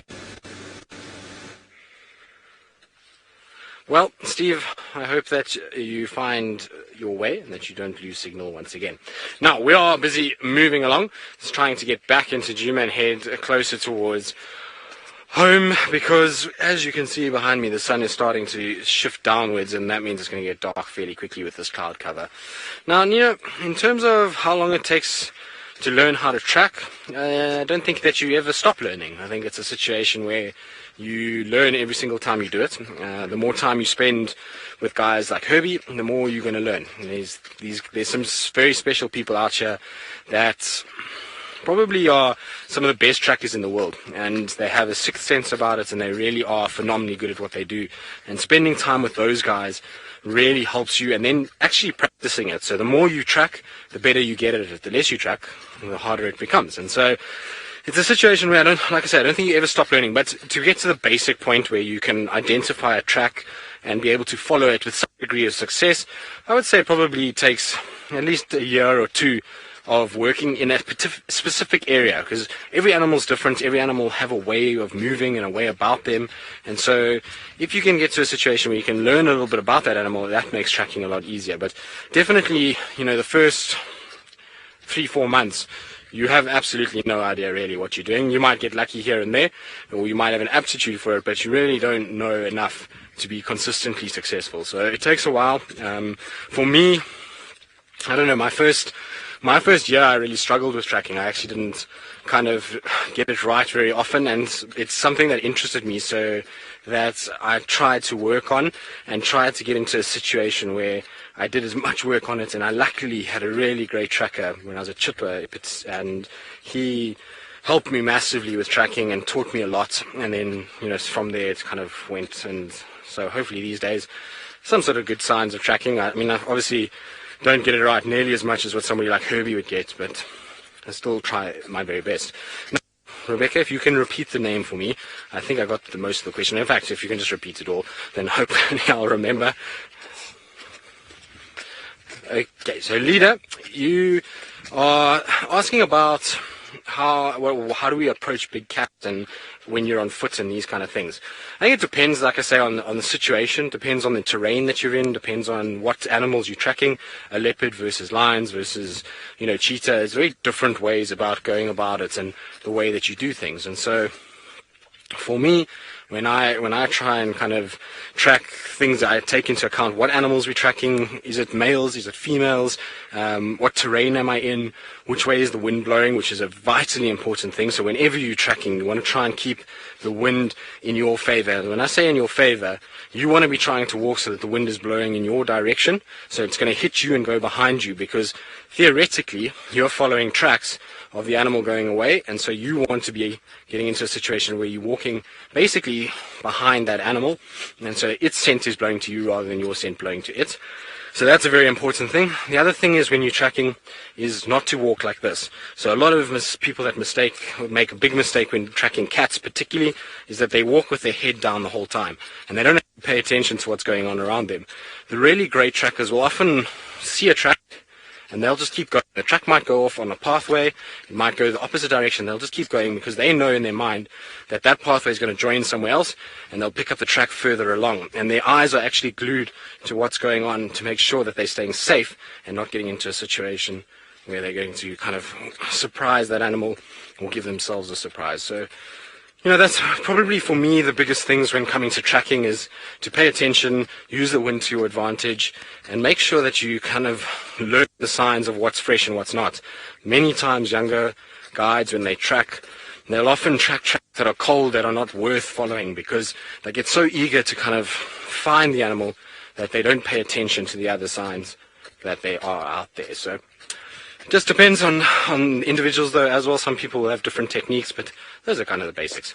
Good, let's keep going. Let's try and start, like I say, heading back closer to home so that we don't end up in the dark. While we do that, let's send you to Steve and a beautiful bit of scenery.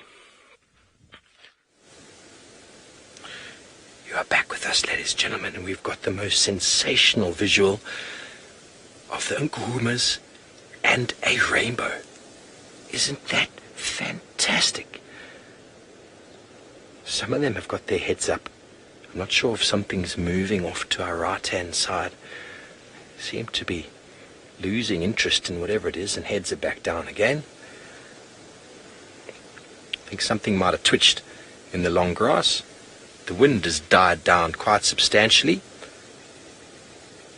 And we are alone once again with the Nkuhuma lions. Ah, that was hard work. Sorry about my big head getting in the shot.